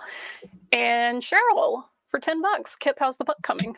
I'm on the last chapter, and I had hoped to get it done this month. I still might, but I have been really busy with a bunch of other things. So I'm still hoping to get it done by the end of this month. So it's coming along. Thank you very much. All right, Cheryl. Okay, let's watch this next section. We are moving into Deuteronomy 32 now. Okay. My wheelhouse. Deuteronomy 39 seems to be an archaic recall when Elyon, a manifestation of El, parceled out the world, providing Yahweh specifically with the lands of Jacob Israel. This is probably a rare survival from a period where Yahweh was still kind of subservient to Elyon in before theological convergence with El more generally. However, it's clear that the Yahweh... Before you get into the slides here, there is some debate about El and Elyon. Whether they were one deity or whether they were distinct deities. Johannes de Moor suggests that if we read some Ugaritic inscriptions, Elyon and El the king could just be an epithet. And this would be the first confirmation that in Ugarit, El and Elyon were one and the same divine being rather than two distinct beings. but yet it's just not confirmed by other Ugaritic literature, which can read El Ilu Malki, my Ugaritic, and again is kind of off, which is just El, the god of the royal god. So, but nowhere else in Ugarit do we have a reference to the deity El Elyon. So in contrast, it's usually Baal who is twice called the Most High, as he provides rain, and it just seems that I don't want to say that he's unaware of that literature, because it sounds like he did do research in it. I'm trying to be fair and genuous with him, but he just may not be unaware. He may be unaware of the. I think he meant generous, but it came out with genuine. But also, Justin Sledge literally does this work professionally, so yeah, he did the research. Adam, this is very frustrating. Yeah. I let the clip go. I'm gonna have words to say. The debate about El and Elyon being. So for those who don't know, Elyon is a term in the Bible that just means Most High, and sometimes you'll see El Elyon or Yahweh Elyon, saying God Most High or Yahweh Most High. As far as I've seen in the biblical corpus, Elyon is not referring to anything other than a title, Most High, and it's always used to refer to Yahweh. Convergence with El more generally.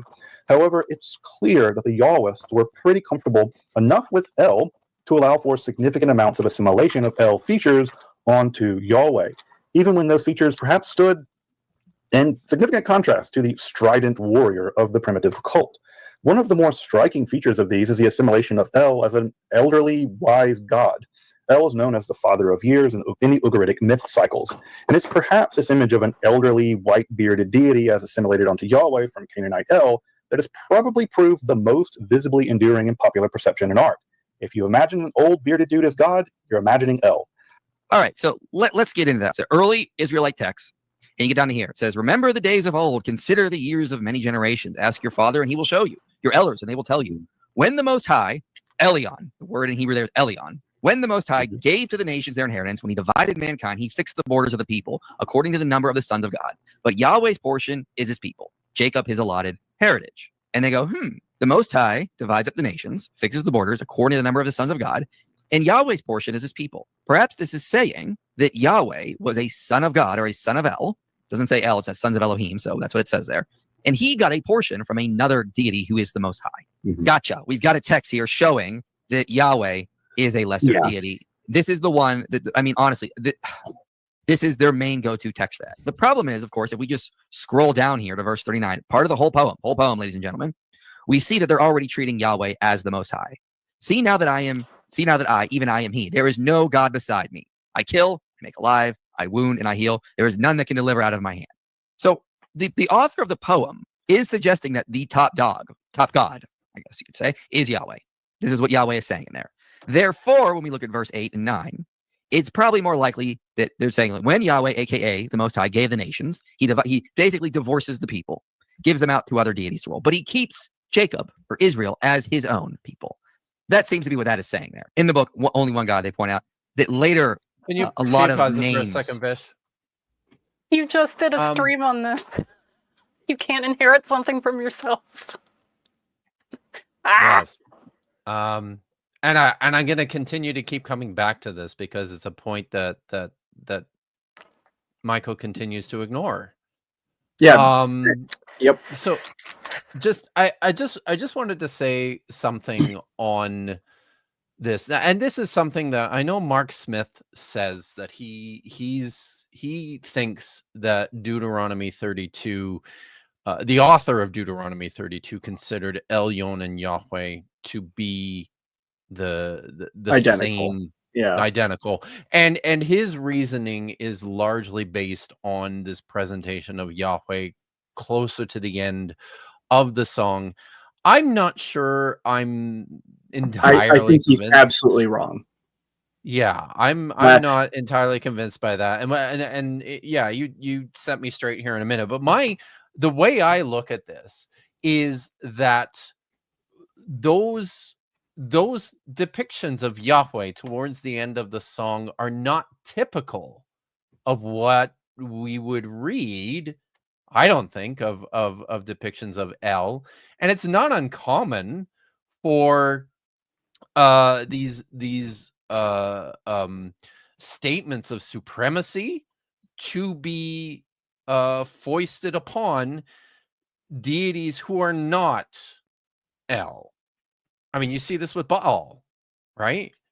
And very, very specifically, in the Baal cycle, KTU 1.3, it's 532 through 34. There is an epithet of Baal in there, and it very specifically says, aggrandizing him, quote, "And there is none above him," unquote, of Baal. Statements like this have nothing to do with the theogony, with the genealogical origins of the deity, Right? and has Yes. nothing to do with their specific place within the tiers of the pantheon. It has everything to do with specifically aggrandizing their sense of power, their cosmological power, or their importance to the worshippers. And this is where something quite important. Look at the context, for example, like Baal at Ugarit. There was no temple to El, at least as far as I'm aware, at Ugarit. No. There was a temple to Baal, though. Yes. And that's because despite the fact that Baal is one of the children of El at Ugarit, he is called Ilu. Despite that, being one of the children, despite even having to ask El for permission to build his palace, and therefore receive his specific inheritance, despite all of that, that is not specifically impugning on the authority of Baal as the greatest warrior god. Baal gets shit done.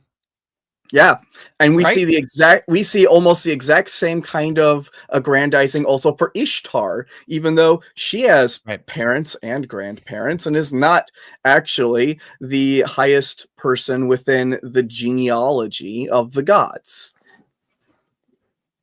No, this is just a fundamental misunderstanding of how deity works in the ancient Near East. Is what Michael is doing. Yeah.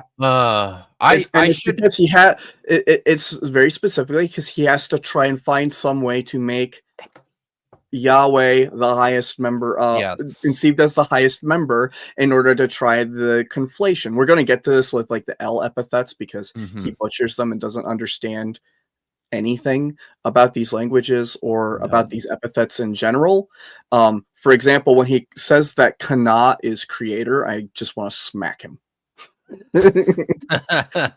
All right. Well, should we continue with the video then? Yes. Okay. I at least fulfilled Vidya's request to show the kitties. So. Very good. Okay. Very good. And I think El's epithets are constantly given to Yahweh. So they say this revival of El's names and epithets in the exilic and post-exilic theological vocabulary is only explicable in the light of the tenuous, never broken tradition that El Yahweh is in the end and was identical with the patriarchal El, the God of Israel. So right there, we see this idea that they were just assuming that El and Yahweh were one, and they had no problem using his epithets in titles for him. Also, Carl Vandertorn authored this chapter. Okay. Yes, in the exilic and post-exilic time, very specifically, like that is not saying anything about the pre-exilic languages, because if you actually go and read Meindert Dijkstra's chapter in detail, guess what passage he cites as evidence that El was the father of Yahweh? I'll give you one hint. It's Deuteronomy 32, 8 through 9. Like, his sources do not back up what he says because he's just a cherry picker who can hardly even read his own native language. Clearly. All right, and then I think you're going to want to stop it after the because Carol Van quote here from Carol Van der Toorn here too. Yeah, so let this go, Vish, and then stop it again. He says it was often argued that originally Yahweh was much more like El than like Baal. In the patriarchal narratives of Genesis, El names such as El Olam, El Elyon are frequently used as epithets of Yahweh. Various scholars have drawn the conclusion that El and Yahweh were identified at a rather early stage. This identification is sometimes explained by assuming that Yahweh is originally an El figure. So again, it seems more likely that El and Yahweh were just two names for the same deity. Now again, here's the passage in Deuteronomy. Okay. So Carl van der Toorn is wrong. Nowhere in Genesis does Yahweh received the title El Elyon in the original version or the oldest extant versions of that text. Now, in the Masoretic text, it does in chapter 14, verse 22 of Genesis. It does have a passage that reads, Yahweh, God Most High, creator, possessor of heaven and earth. We'll get to that. The issue with that entire argument from the start is that the Tetragrammaton is not original at all. It is missing in the Peshitta. It is missing in the Septuagint. It is missing in the Samaritan Pentateuch. The Samaritan Pentateuch has Elohim El Elyon instead of Yahweh El Elyon, actually. How about that? And it's also missing in the Genesis Apocryphon. Right. So there are 3 or 4 good witnesses here that all attest that the Tetragrammaton was not original, and the fact that there is Elohim and the Tetragrammaton in 2 different strains proves that neither of those are original either. It originally just read El Elyon. That's it. And in fact, the evidence of that is so conclusive that even Michael Heiser admits that this is an instance where the god El is called Elyon in the Bible.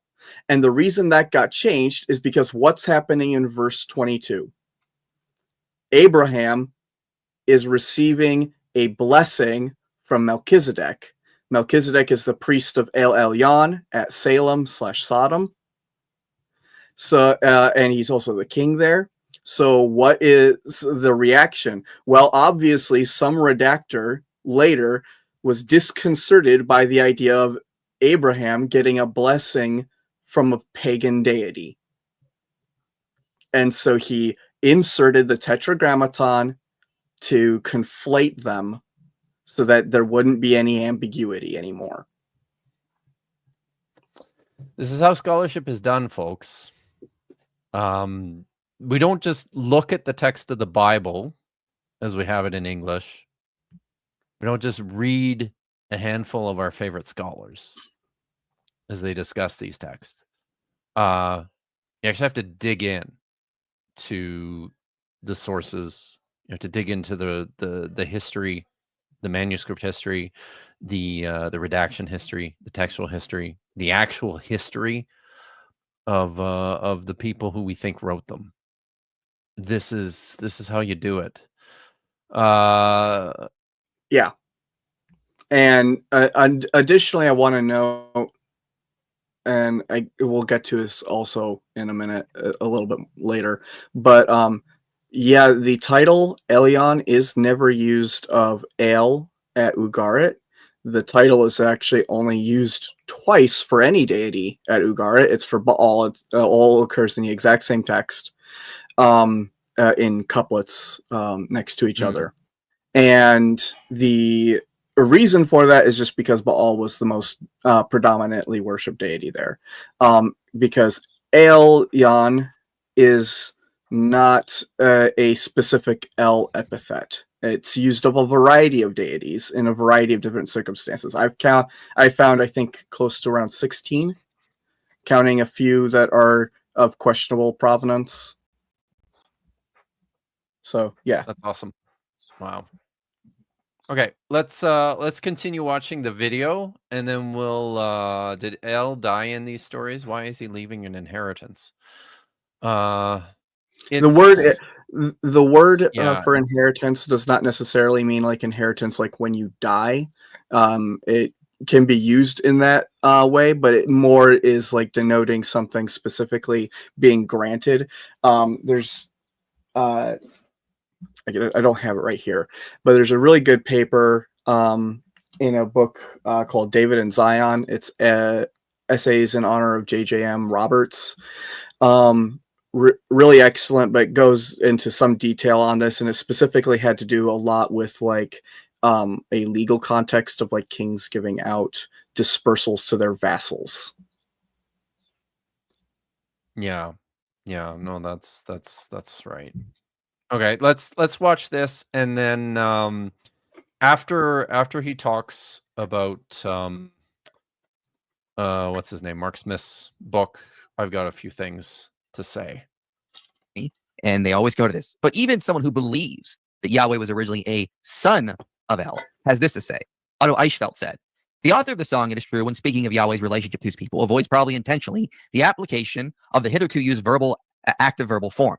And so does not directly say that Elion gave Israel or Jacob to Yahweh as his portion, but is content to establish the fact that Israel has become the property of Yahweh. Can you pause it there for a second? Does not say Elion. So I think it's important to point this out, and this seems to be something that Michael just continually does not get.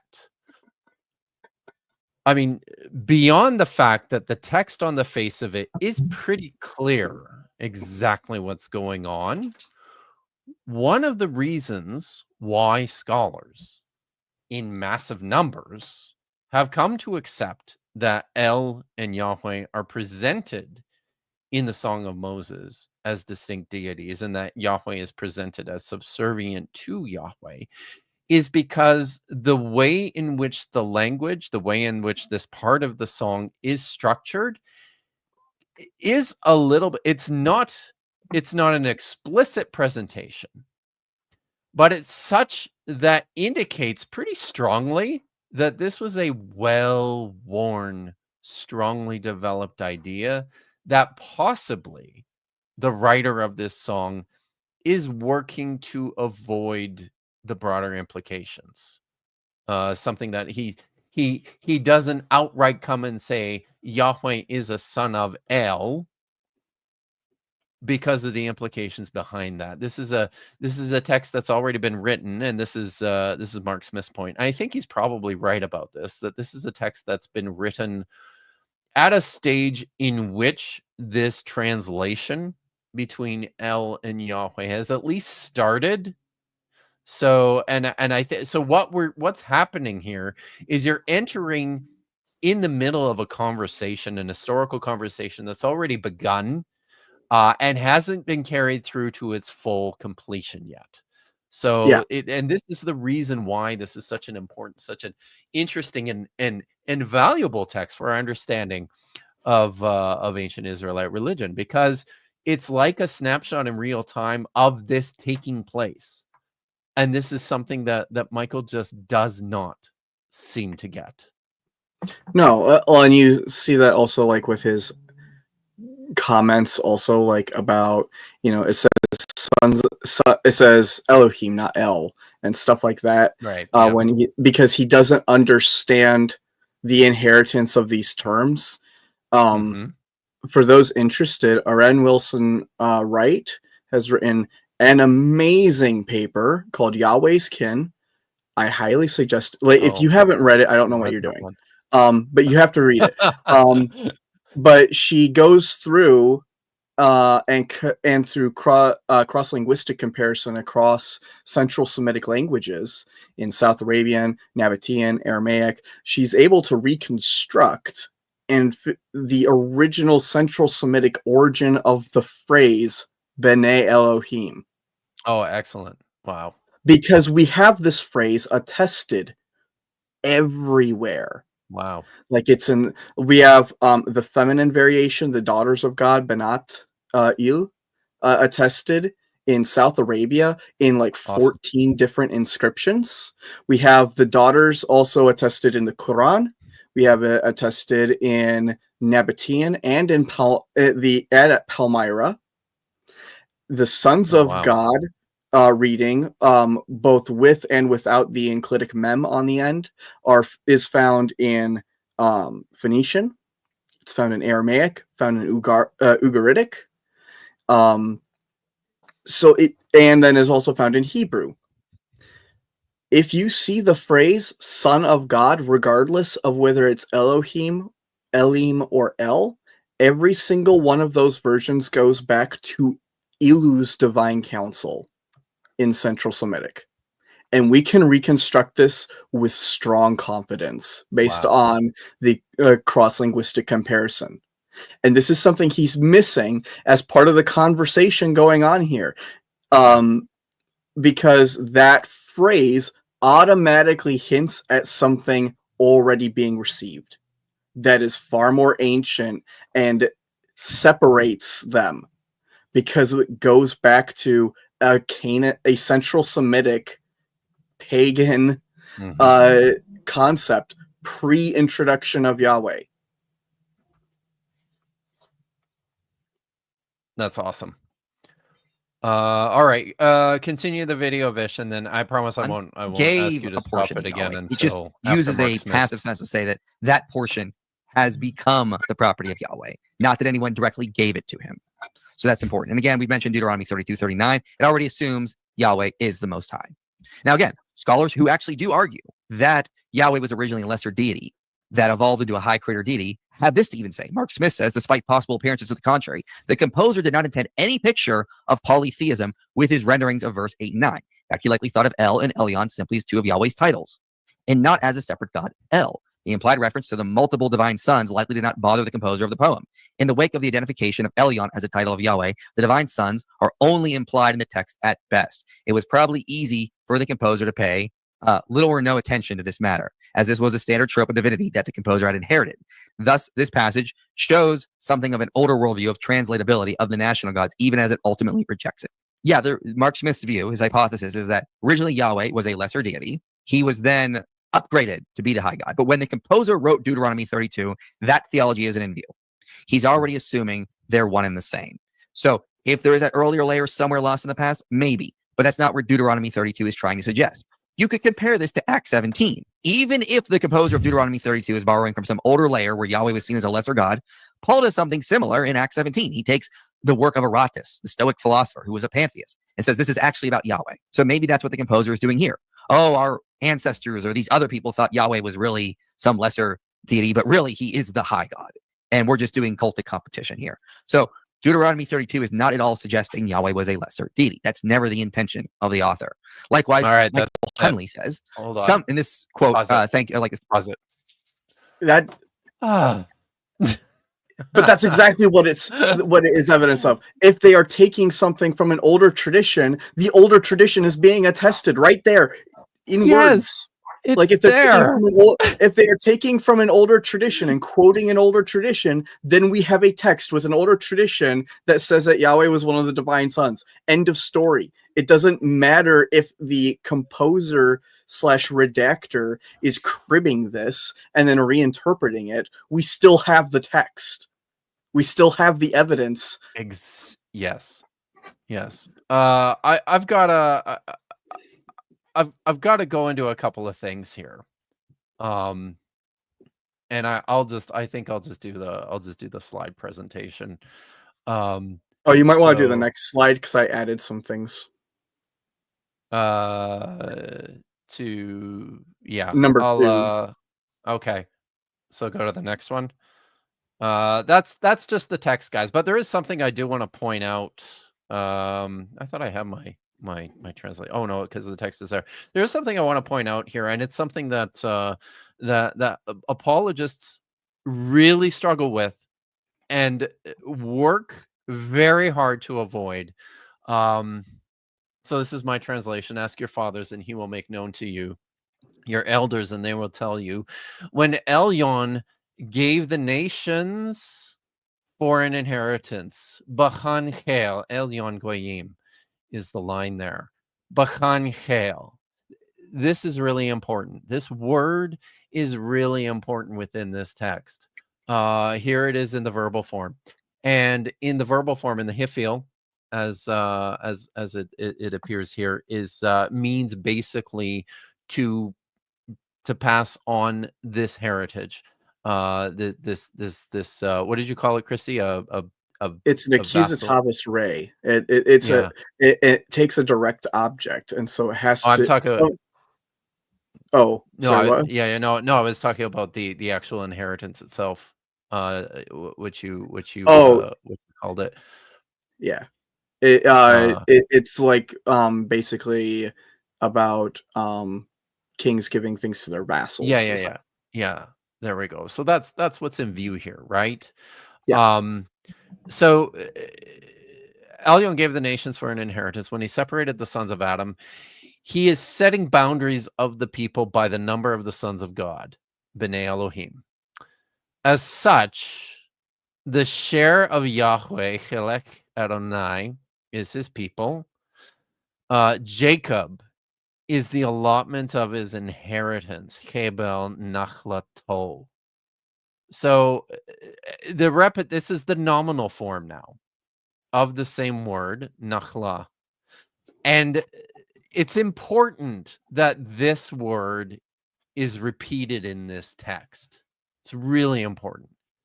It occurs in the first place with Elyon, with the high god as the subject, distributing his property in this vassalage arrangement to the sons of God, to his sons and his servants, right? Importantly, Yahweh has received Nachla here. You can either give or you can receive Nachla. You can't give Nachla to yourself. There is no instance anywhere. There's no text within the Hebrew Bible, within any Hebrew literature where that occurs. It just doesn't happen. So this is the text here. I just and I think you had some things to say about the actual. You've talked a little bit about the textual variety here. I don't have a lot to say about it if you do. Yeah, there's a lot of variety. Firstly, it's worth noting that the Septuagint reading is really complicated. So the Agaloi Theo. I learned to read things. I didn't learn to pronounce them. I'm sorry, everyone. Oh. I'm sorry, Joel. But essentially, we also have the reading Sons of God, which is attested in a marginal reading of Codex 85. But it's actually what is called a conflated reading. Because it's not just Sons of God, it's Sons of God, Son of Israel. Right. Which is a really interesting reading, which makes it known that they probably had both readings available to them right there. Yeah, exactly. And they're conflating them, or whoever was had the manuscript also maybe had their hands on like the Vulgate, which has the Sons of Israel reading. Don't know. But we also have a few other texts that are really important. So we have the Ethiopic Book of Jubilees, and in chapter 15, verses 31 through 32, if I remember correctly off the top of my head, the Book of Jubilees makes heavy use of Deuteronomy 32. And you can see this specifically because it repeats the pattern of the people, the nations, and the nations again. Like you have, the sons of Adam, the Goyim, and the Amim. And those are basically all referenced again in Jubilees in that order. And then after that, it uses an Ethiopic word, manifest, for the and that translates to spirits. So it's pretty evident that we know that Jubilees was probably working from Hebrew, and that it was all actually originally composed in Hebrew and then translated into Ethiopic. We even have fragments of Jubilees in Hebrew from the Dead Sea Scrolls. That's just good evidence of this. So basically, what we know is that it probably had a Hebrew manuscript of Deuteronomy that probably read either B'nai Elohim or B'nai El. Seems very reasonable. And we have good evidence to think that potentially a B'nai El reading existed specifically because of Hodiot, which is a liturgical text, also from Qumran, but that makes, again, very heavy use of Deuteronomy 32, and then has B'nai El explicitly. B'nai El, to be clear, from the it's more than the sons of El, I think is you are something more heavy or more glorified than the sons of El, I think is the reading. Yes. So and really and that whole passage makes heavy use of Deuteronomy 32. It also makes use of Nahalah in there and a whole bunch of other stuff. Like, it's great as another piece of evidence. So very likely the original reading actually was Sons of El, not even Sons of Elohim. The only text we have that actually explicitly reads Sons of Elohim is 4Q J. Deuteronomy J. Yeah, not Q. No, that's the 43. scroll that has the later, but 43, verse 43. I mentioned that because your slide has Q in it instead of J. Oh, it does. Oh no, whoops. But the 4Q J has B'nai Elohim. Notably, also that reading is really interesting because it also has a second in Mater Lectionis, which is a consonant used as a vowel, essentially. For those that don't know, it actually has a vav in there. It does. And so it's a really interesting reading, and also has to be a very late reading. That came about. That can't go back to the earliest the earlier layers of this text, because Vav Mater Lectionis were only started becoming predominant after the 8th century. Based on the inscriptions that we have, anyways. So yeah, absolutely. So no, that's very good.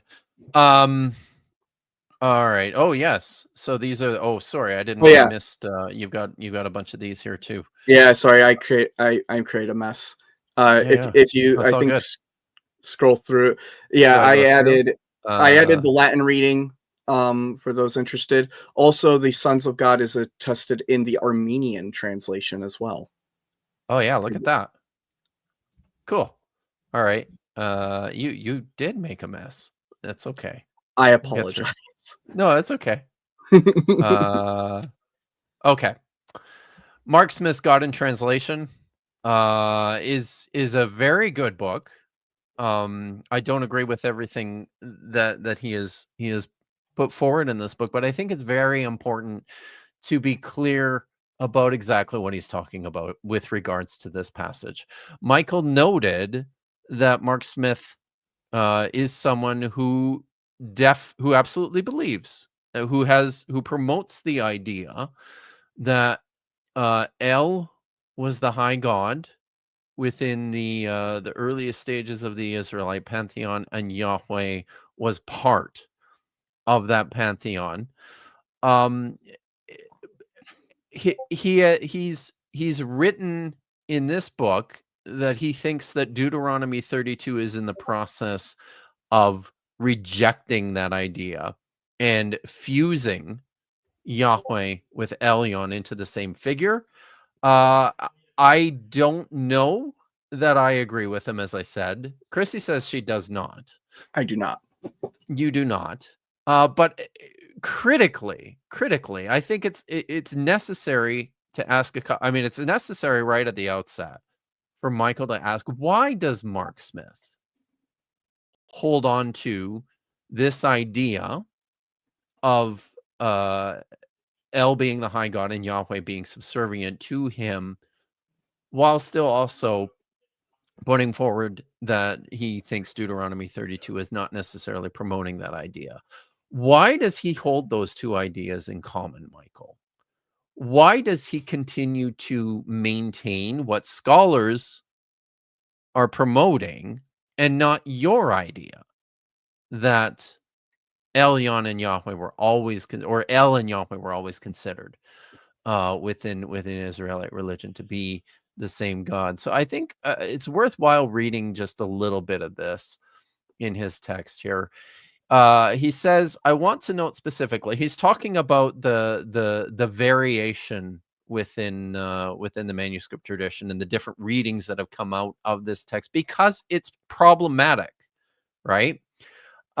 He says, I want to note specifically here, what he wants to note specifically here is the national worldview presupposed by the older reading of the verses and the rejection of its implied polytheism in the larger context of the poem.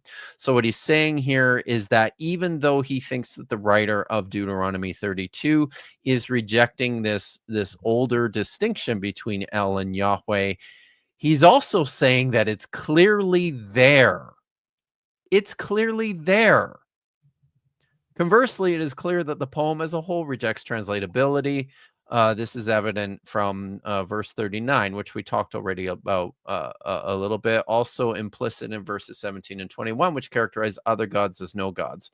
On the other hand, it is also clear that the scribe who produced option 1 is the reading that's common in the Masoretic text, where he's replaced sons of God with sons of Israel.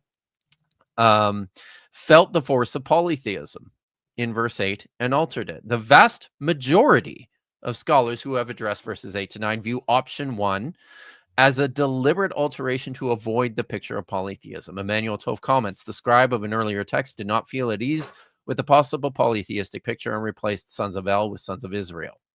In this picture, El Elyon is the head god who oversees the division of the world into nations given to the various gods of the world. And in this scenario, Yahweh is one of the gods who receives his inheritance from El Elyon. In Yahweh's case, the people, Jacob, is his portion.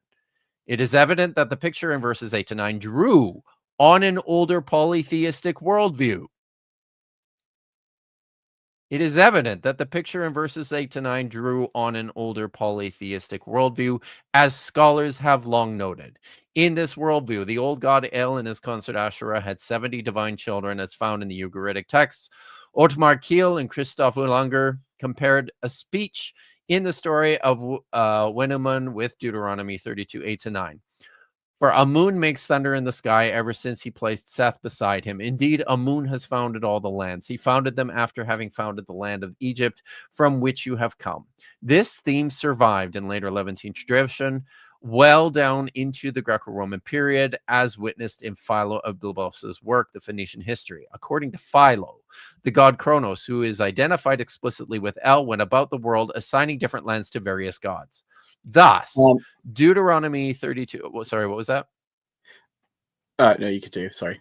Okay. Thus, Deuteronomy 32, 8 to 9 reflects an old version of the divine founding of the world known in broader West Semitic tradition, one that is otherwise eclipsed in the biblical record by Israel's specific foundational patterns, which is something that happens later.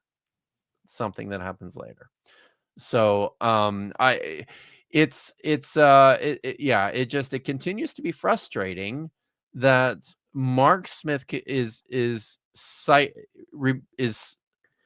frequently cited as an authority. He is an authority in this text, but to make a point that I don't think he would be comfortable making. No. Not the point that that at this stage in the development of the text, El and Yahweh are starting to be conflated. That's the point he's making. It's the point that Michael wants him to be making, which is that this text in no way has any dependency at all on this early idea that was current within Israel. That is not the point that Mark Smith is ever making.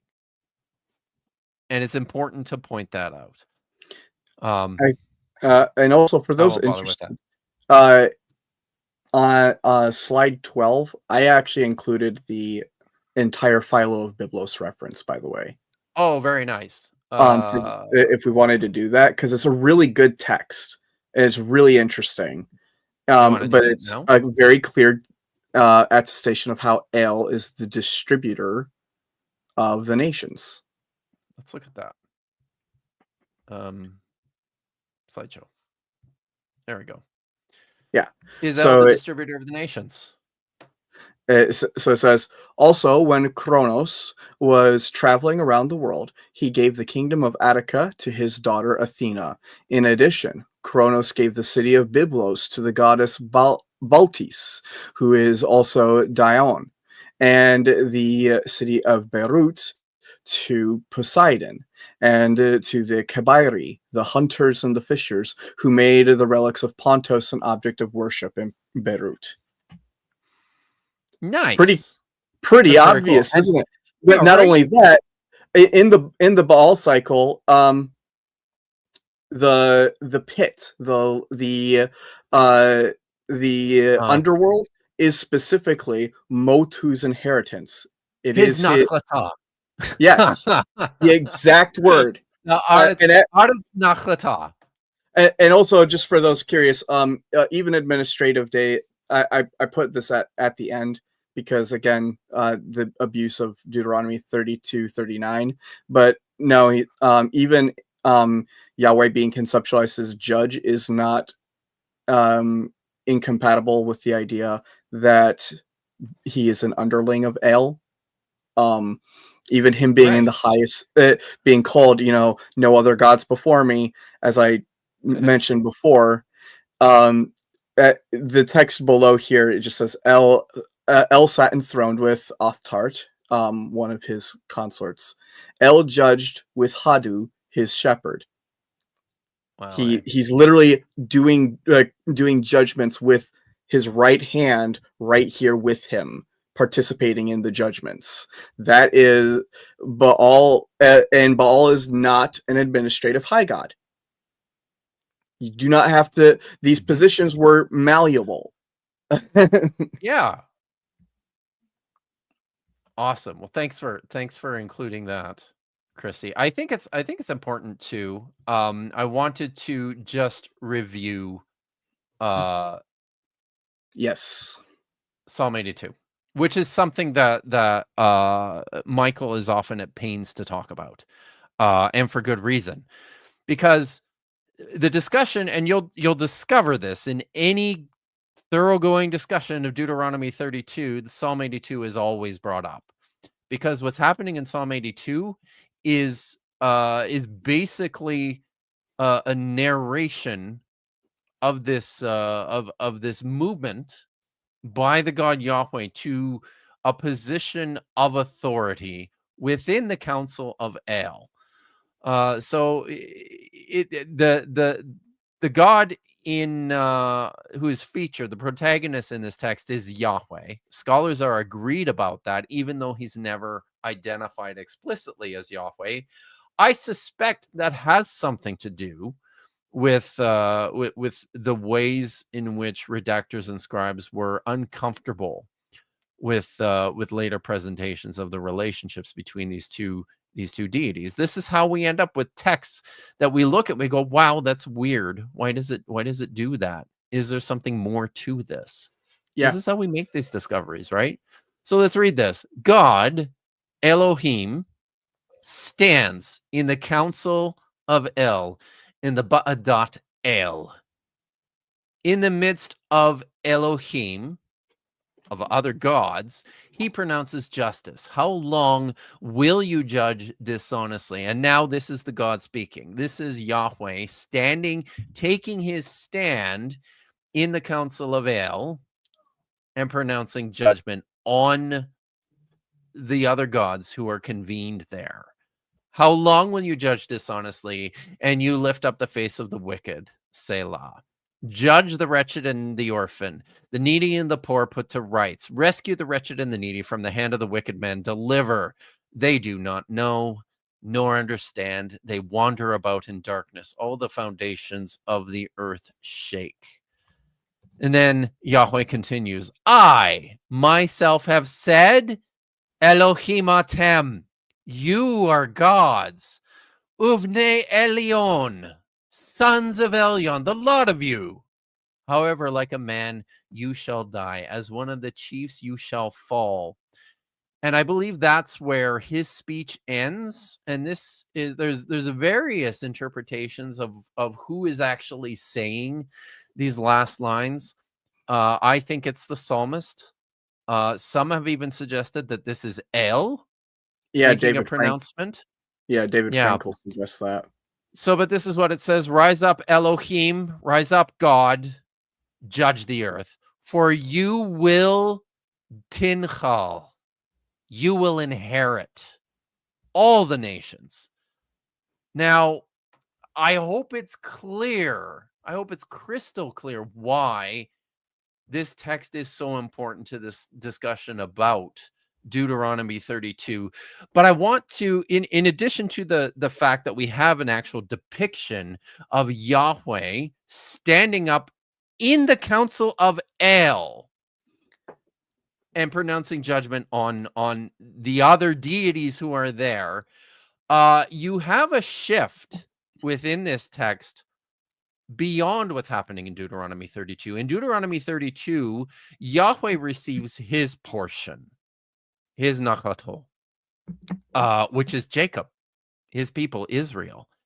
In the psalm, if it's the psalmist speaking or if it's El speaking, suddenly Yahweh receives who?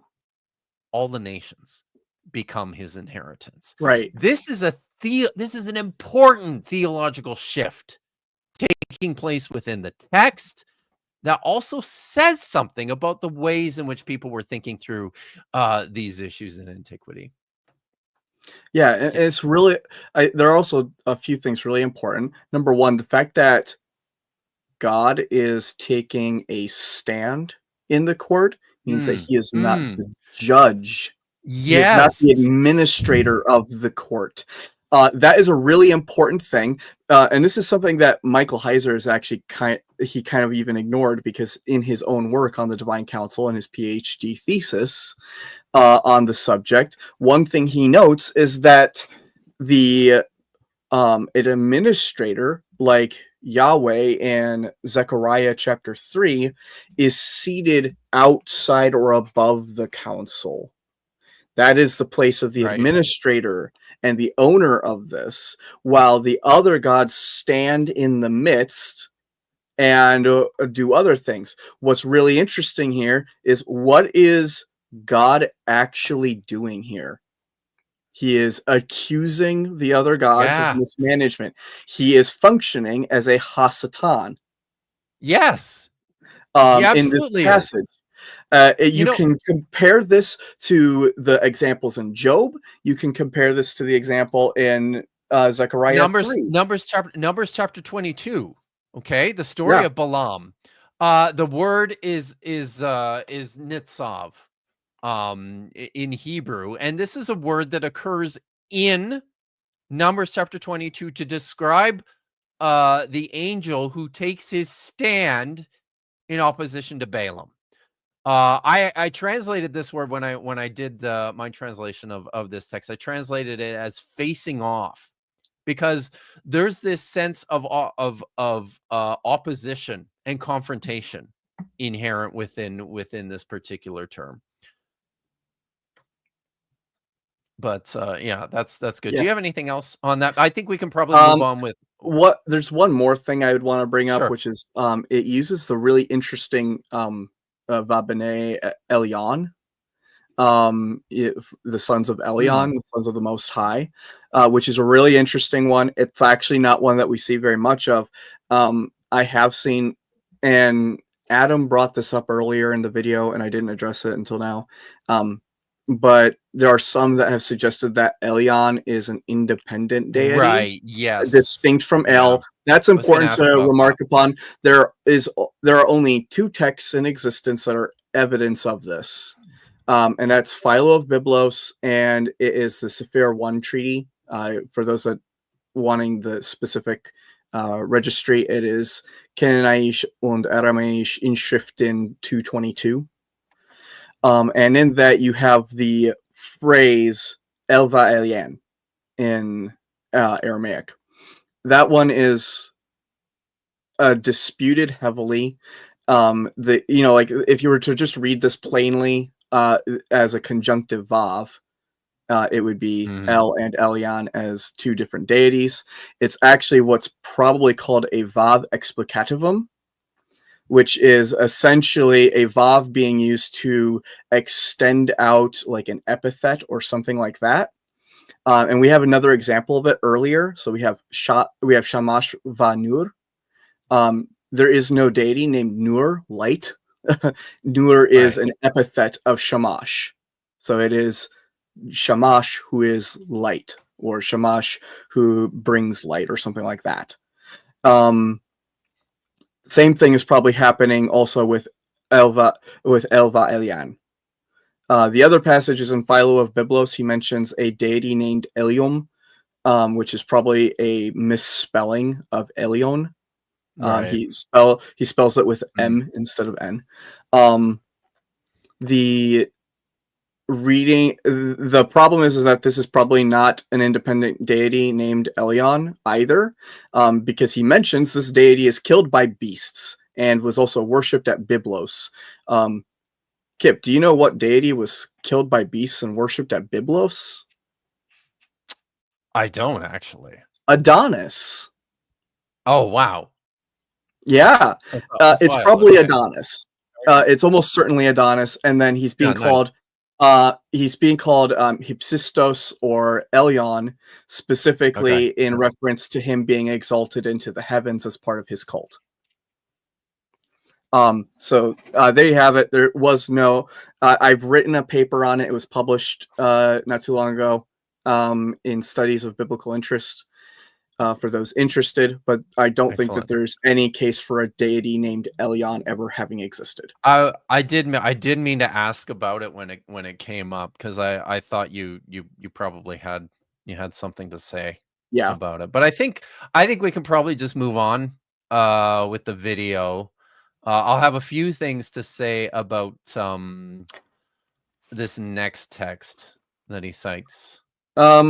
Actually, just giving y'all shout outs. We are learning so much. Like I've been absorbing all this information in the background. Okay, that's nice. It's very good. Thank you. Yeah, awesome. Okay, we aim to teach. Well, you're doing very, very well. The chat is very enthusiastic about it. So that's all so right, great. shall I proceed? Let's proceed. Yes, I'll have some things to say about this text here. Okay. It's like Joel Correcco for getting me this quote. So some scholars even suggest that El was the original God of Israel. For example, the nation is called Israel, not Israel or Israel Yahweh. In places, El may be identified as the patriarchal God and the God of the Exodus. Such an association is reasonable given El's prominence as the high God at Ugarit, likely regionally and in the nearby Ammon. Whether or not we posit an original distinction between El and Yahweh, the text clearly identifies El with Yahweh. Deuteronomy 32:8-9 speaks similarly of Elyon in the role of high God, who portions the nations according to the sons of God, with Yahweh's portion being Israel. While the author or redactor of Deuteronomy likely equates Yahweh and Elyon, one could argue that El Elyon originally may have been the high God, while Yahweh was one of the second-tier sons of God to whom the various people were allotted. While El Elyon originally may have referred to the God other than Yahweh in some traditions, the Hebrew text nonetheless makes sure to connect them. Okay, the non-P Pentateuch does little to distinguish between El and Yahweh and offers no polemic against El. Instead, it merges El into Yahweh, such that Yahweh absorbs all of El's titles and characteristics. The peaceful takeover is so thorough that the interpreter cannot be sure that they ever apply to anyone other than Yahweh. And this is constantly my point. We don't have texts that say Yahweh and El were distinct from different gods. All of the texts that talk about Yahweh. All right. So this is a new one from Michael. And as you know, I'll keep it up on the screen for now, Vish, because it's important to look at this closely. So he noted at the start here too that that Joel actually provided this reference to him. I was a little I was a little frustrated with this. I've talked to Joel about this. What do you see about the citation? Look at where at the pages there that he's citing from. Why is he missing 4 pages in between each?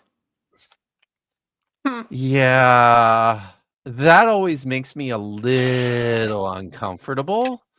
If you anyone that does anything like This is going to be a tip for our readers. Anyone that does anything like merging 3 different quotes from pages of separation is probably Sus. a liar. I don't know any nice way to put that. Yeah, I agreed. Yeah, thank you. Good to see you, Bible Lore podcast. That's Hayden Tank, everyone. Yeah, his show is pretty awesome. Here we go. Should we should email we- Hanley and should we ask him be- his fair representation of his Perhaps we should. But listen, Yeah, guys, right. I haven't read Hunley's work actually. And I looked at what he said here, and right away, like the ellipses were, and the space in between those pages made me go, I had to go back. I had to go back and find. I've read parts of it. It seems okay. I'm not sure I agree about everything, but the bits I've read so far are okay. But there's a couple things that I want to point out here. So you have this is from the first bit is from page 206. Some scholars even suggest that El was the original God of Israel, which is fine. And he continues, such an association is reasonable given El's prominence as the high god of Ugarit, unlikely regionally and in nearby Ammon. Whether or not we posit an original distinction between El and Yahweh, the text clearly identifies El with Yahweh. So what text is he talking about here? Do you see the title of the book? It's Yahweh among the gods, the divine in Genesis, Exodus, and the ancient Near East. And I'll get to that in a minute here. So now this second quote is talking about Deuteronomy 32, 8-9. This is from page 2. So the first one was from page 206. This is from page 210. And he says Deuteronomy 32, 8-9 speaks similarly of Elyon in the role of the high God. Similarly to what, you might ask? Who apportions the nations according to the sons of God. Well, the redactor author of D likely equated Yahweh and Elyon. One could argue that El Elyon originally may have been the high God, while Yahweh was one of the second-tier sons of God, whom the various people were allotted. While El Elyon originally may have referred to a God other than Yahweh in some traditions, the Hebrew text nonetheless makes sure to connect them. And that's a point I would disagree with. I think he's making essentially the same point as Mark Smith. And we can see how he gets there, right? But importantly, what he's not saying is that there was never any distinction between Yahweh and El in Israelite religion. But then here he says this. I'm going to repeat this last sentence from page 210. While El Elyon originally may have referred to a god other than Yahweh, in some traditions, the Hebrew text nonetheless makes sure to connect them. So he's talking about Deuteronomy 32 there, right? Then we jump all the way to page 215, and it says the non-P Pentateuch. The non-P Pentateuch does little to distinguish between El and Yahweh and offers no polemic against El. Instead, it merges El into Yahweh, such that Yahweh absorbs all of El's titles and characteristics. The peaceable takeover is so thorough that the interpreter could not be sure that they ever applied to anyone other than Yahweh. So what does he mean by that? The non-P Pentateuch. What is that? Yeah, because there's so much that could mean, and also like, so for example, Deuteronomy 32 is non-P. It's non-P, isn't it? But it's also not J or E, right? Or even D, right? Because it's archaic poetry. For the audience who may not be aware, just really quick, P refers to the priestly source. Yes. And J is for Yahwist, or because German, and E is Elohist. So if you're not familiar with that lingo, just that's where they were going. And D is in this case, it is the priestly source and the non-priestly source. Non-priestly source. Noting that yes. So I need to go on here. I'm just skipping through these because we don't need to talk anymore about Psalm 82 or Nachla. Sorry, I should have just jumped. Okay, so here it is. This is the book. Here is a brief description. In this study, Michael Hunley explores the diverse deities of ancient Near Eastern and biblical literature, from deified doors and diseases to the masters of the universe, using data from Mesopotamia, Hittite, Anatolia, Egypt, and Levant, and non-priestly Genesis and Exodus. Okay, I think that's important. So here's page 209. This is where this is the lead up to his discussion of Deuteronomy 32. And what does he start with? He starts with Genesis 14, 18 to 22. Of course he does, because he's talking about what? The non-priestly sections of Genesis and Exodus. But then look where he goes. Some scholars argue that El Elyon was originally a designator for the Ugaritic high god El. They find particular support in Psalm 82 and Deuteronomy 32, 8-9. Psalm 82 situates Elohim Yahweh in the divine council assembly of El. Elohim condemns all the other gods, identifies all sons, identified as sons of Elyon, to death for dereliction of duty. After the divine verdict, the psalmist urges Elohim to assume the role of judge, since he possesses all nations. Assuming that Elohim, and Elyon are all the titles for Yahweh, the text then seems to represent a transition of leadership from different gods ruling different people groups to Yahweh ruling them all. However, one also may identify El with Elyon and distinguish him from Elohim Yahweh, primarily on the grounds that the speaker Yahweh in the divine council traditionally differs from the presiding god El. And this is where the quotation picks up. Deuteronomy 32, 8-9 speaks similarly of Elyon.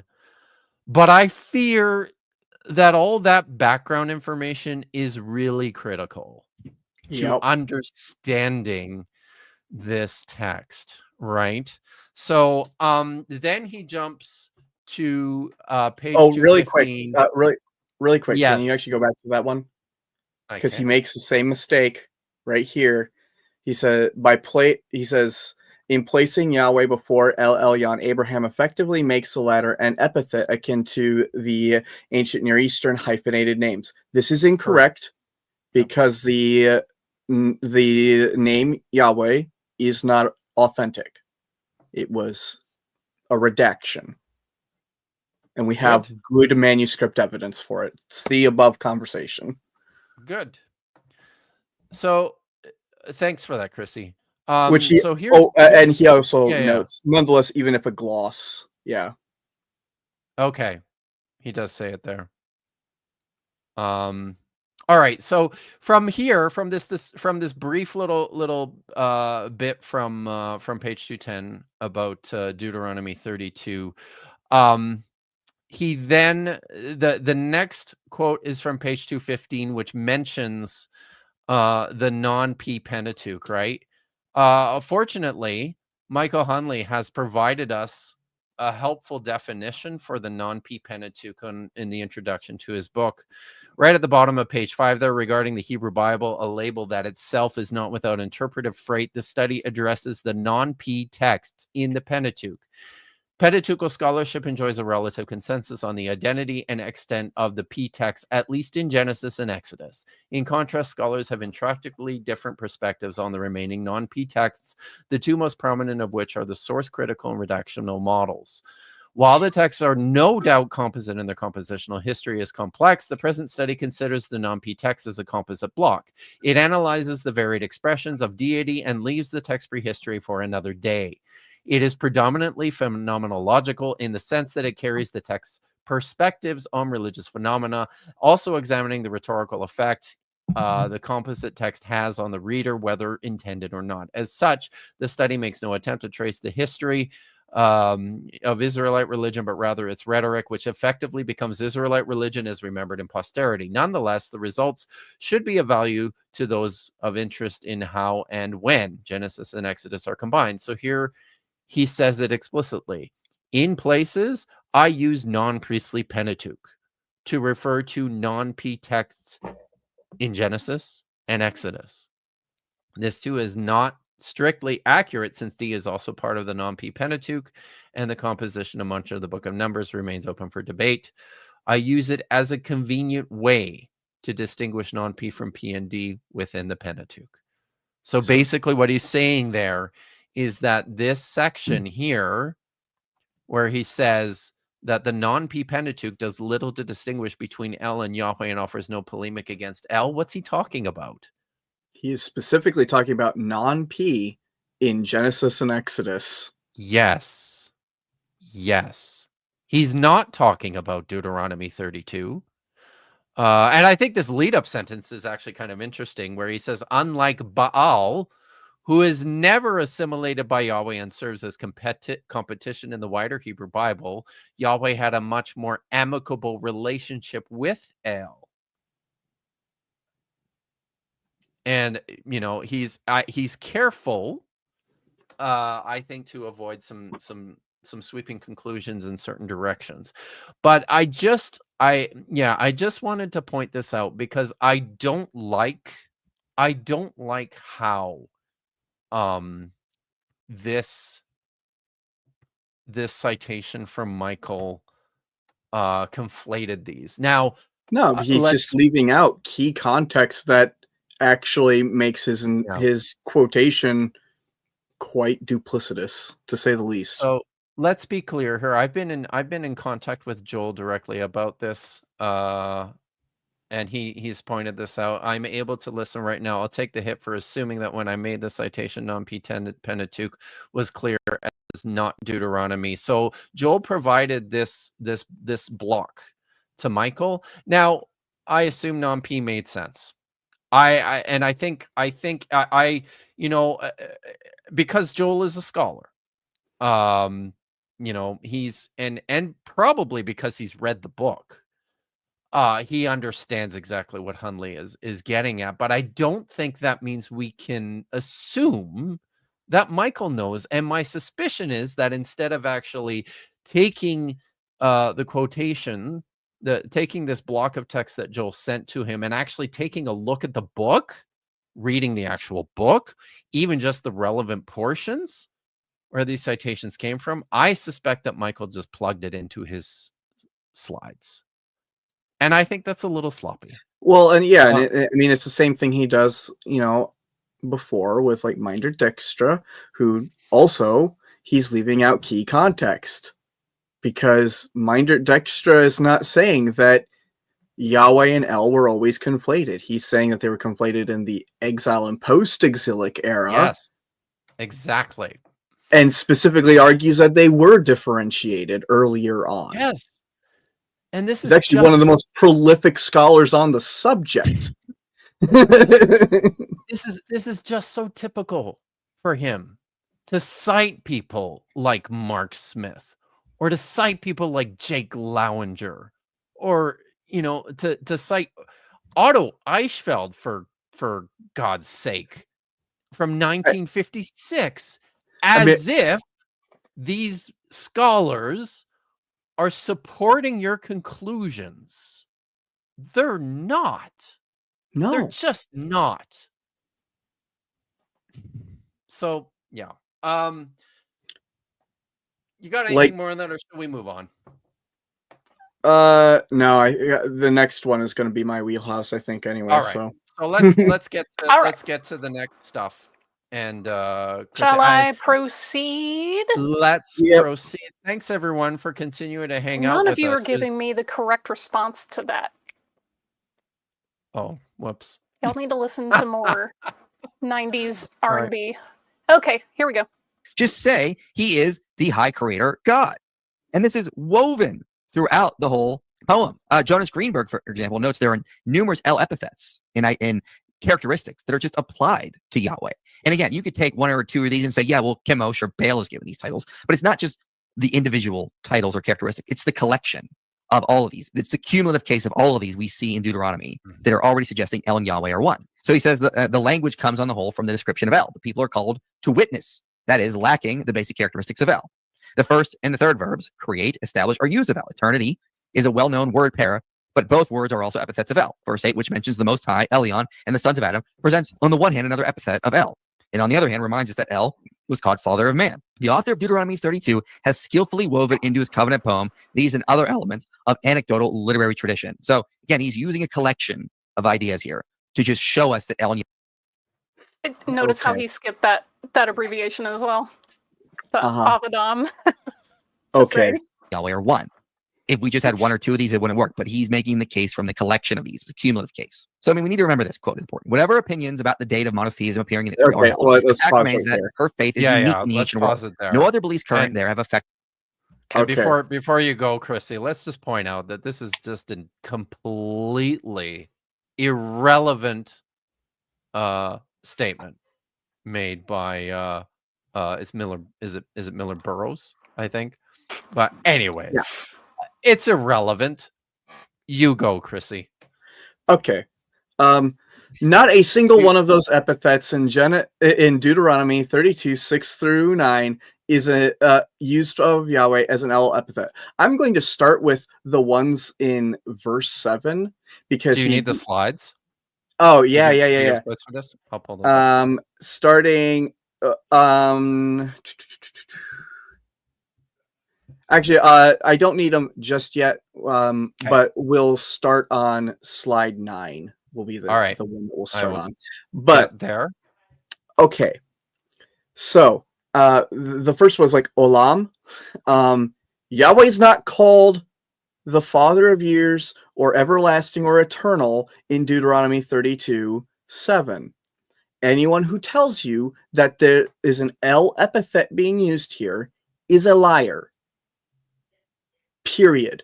Michael Heiser tried playing fast and loose with this in a footnote in one of his papers back in like 2006 or 7, and Tom Stark ripped him a new asshole for it years ago. And I'm going to do this to Michael as well because I know he's just cribbing this from Heiser, even though he had access to all of my stuff, which I had sent him, which refutes this. Everything that's happening in verse 7 has absolutely nothing to do with the characteristics of Yahweh. Nothing. It is specifically saying that you are to go to your elders and they will tell you of this ancestral tradition that has been passed down by them. It has been passed down to them, and it will be passed down by them to you. It has nothing at all to do with Yahweh or his characteristics or his epithets. So that brings us back to verse 6. So let's do the first slide here. All right. Just let me get it on the screen. Mm-hmm. Here we go. So the first epithet supposed El epithet is father. Father is not an El epithet. It is not like it is used of El, but it is essentially just an epithet used of literally any deity who happens to be your patron, including occasionally I found of female deities. That's wild. Yeah. You'll notice the one up there, Shams, I put a question mark next to it because it could be either Shams as the goddess Shams, who is the sun god, or it could be just saying like the divine son is father. But either way, like, anyways, this is a list of just them in Central Semitic languages that I have found that are called father. We've got them in Phoenician. We have it in Hebrew, in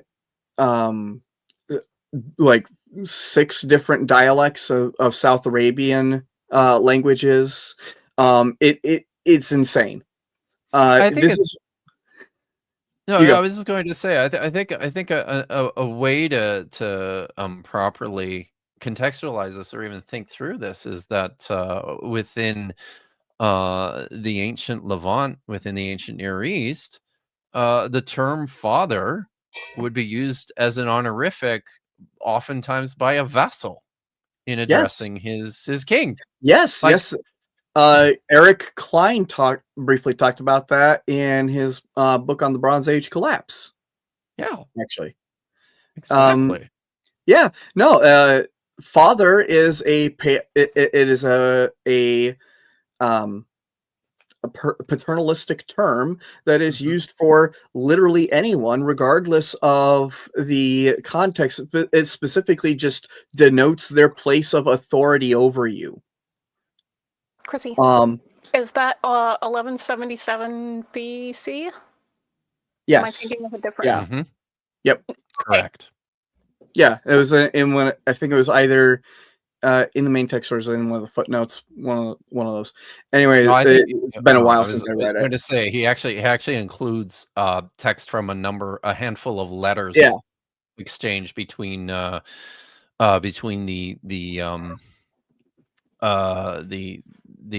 18th dynasty kings of Yeah. Egypt and Look what I have. Semitic vessels. Hang on, let me put this. Oh, It's nice. an illustrated version, and they did it in the style of like a graphic novel. So that's no awesome. way. Holy smokes. the graphic history, it's really good. Wow. You need to get it. It's I didn't know there very, was such very a good. thing. But Holy yeah, cow. I also want to Yeah. bring attention below to other instances. So characterizing yourself as also the children of a god is very common. So for example, in Numbers, Chemosh is not mentioned by name, but the god of the Moabites is said to rule over them, and they are his children. Right. Jeremiah has a passage where people cry out to idols and call it father. The other cases I want to bring up are you'll see at the very bottom, I put in kind of like a footnote, two texts that are South Arabian. And I'm going to come back to those because those South Arabian texts have things like the children of Al-Makkah. Al-Makkah is potentially a moon god, for those curious. And then is also a moon god. So the children of and we know this is children. And this is a very similar term that's also used in Ethiopic. So in Ethiopic, you have Weluda as children or sons. Mm-hmm. And you have a cognate in South Arabian as well. So same consonantal root that is used there. Yeah, for sure. So father is not an L epithet, no matter how you try and square it, and no matter how many things you combine with it. Unless you're specifically saying Av Adam, this is not an L epithet. Av Adam, the father of mankind, is an L epithet, and is only used of L in Canaanite literature. Oh, wow. Guess what is not used of Yahweh in Deuteronomy 32? I bet it's of Adam. And that's really important because also the thing that we need to take in context is, who is he the father of here? Israel. Yes. Is he not is he not your father, the one who? And this is going to be the next one. If you could do, I think it's the next slide. There we go. Yeah. So here we have the word kana and cognates. You'll notice that there are multiple deities that previously were mentioned as being called father, who also are called the possessor, or who have like property using that same word. Right? Like, so they'll say something is the property of Al-Makkah, or something is the property of Milku. I say creator here just because everyone says that Kana is creator. It's wrong. And several scholars have published on this, and I'll get to why it's also probably not creator in Deuteronomy 32 either. It almost certainly shouldn't be translated that way in Deuteronomy 32:6. But anyways, multiple instances of that.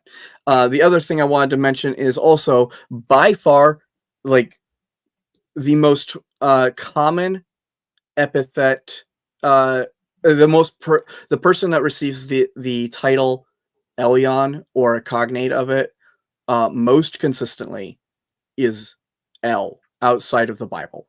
Mm.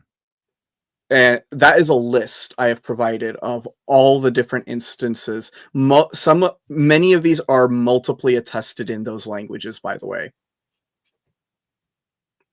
Very cool. So it is in Aramaic. It is twice. Once in a personal name, and then once in the KAI 222 inscription, the Sephir 1 inscription. It is in also attested as Al-Il, which is again El Most High, and then you have it in an Ammonite personal name. This is something I've noticed, is that none of these people seem to actually pay attention to the onomastic records, which are really important for tabulating epithets of deities, because lots of personal names are assembled, especially in Central Semitic languages and also in East Semitic languages, are assembled by the name of a deity plus an epithet or an attribute or a verb. Yehoshua, Yahweh saves, or Yahweh is salvation. Or you have Eliah, Elijah. Yah is my God, is how you translate that one. These are all different ways that they assemble them through the combination of a proper name and then a noun. You almost never get things like two proper names put together. So anyways, I wanted to make that clear to the readers or the watchers, just so that they understand, like, this is an exceptionally well attested epithet of Els. So yeah, it doesn't occur in Ugarit. Ugarit only uses at Ugarit, that title is only used twice for any deity, so it doesn't really matter much. When you look at the wide attribution of this record to El, who is the most likely person to be receiving this title aside from Yahweh? It's El. No.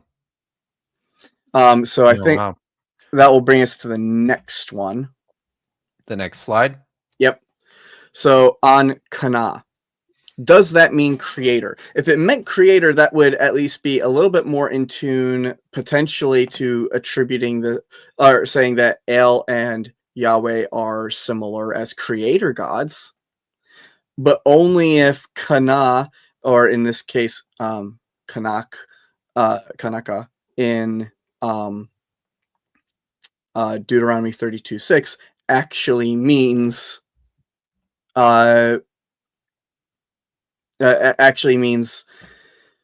creator. The problem is that it doesn't, and in fact, not a single ancient translator read it as such. Understood it that way. Yeah, when you look at the Septuagint and the Vulgate, guess how they translate that? They translate it as possessor, or came into possession of. Oh, interesting, yeah. So like the Latin is possessidit, and the Greek is ektesato. Ektesato. So is the whole passage is he not your father who acquired you? Is he not, or possesses you? That is what that should mean. It does not mean creator, and it is not therefore going back to the El epithet. Not to mention also, Kane is not the El epithet. The El epithet is Kone Aretz, or Kone Haaretz, or Kone Hashama Shim Va'aretz. You know, the creator of the heavens and earth. Heavens and the earth. Or the creator of earth. In different Canaanite inscriptions, the more common one is just creator of earth. And in fact, that's actually found in several proper names as well. So the Hittite god El-Qunersha, that's where that comes from. It is a conflation of that epithet and the proper name all into one. Interesting. It's also well attested at Palmyra, and it's also even attested passively in other proper names as well, like El-Conera. So yeah, that's not the El epithet. You can't identify it as such. In order to argue any of these are El epithets, they have to specifically conform to El specific terms. Otherwise, they're just general terms used of any deity. The same thing also goes for the one who established you at the very end of the verse. That's also just used of a ton of other gods. I have found multiple of those as well. So it's completely irrelevant. It's even used of Anat, actually. Oh, interesting. Yeah. So no, even taken all together, none of these are El epithets. And so they don't identify Yahweh as El.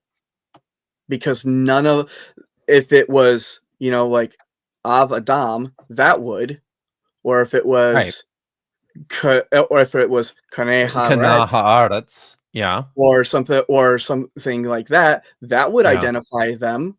But even taking these together, they don't. Why? Because turns out gods like Milku, who was definitely an independent deity at Ugarit, John Day has done excellent work, I think, arguing in favor of that. All right. And Heath Durrell summarizes that in his book on child sacrifice for those interested. That god definitely existed, and he is called both Av and also uses Kone or Kana, but in the Ugaritic cognate. In the onomastic record. So again, if they just paid attention to the onomastic record, they'd realize, nope, even taken together, none of these can be used to identify El and Yahweh as one deity.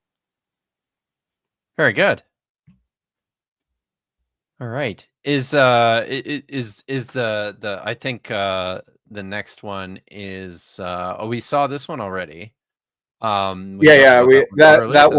one doesn't matter. So I think the next, and then the next bit is Asherah and Anat and Asherah, which I'll have to yeah.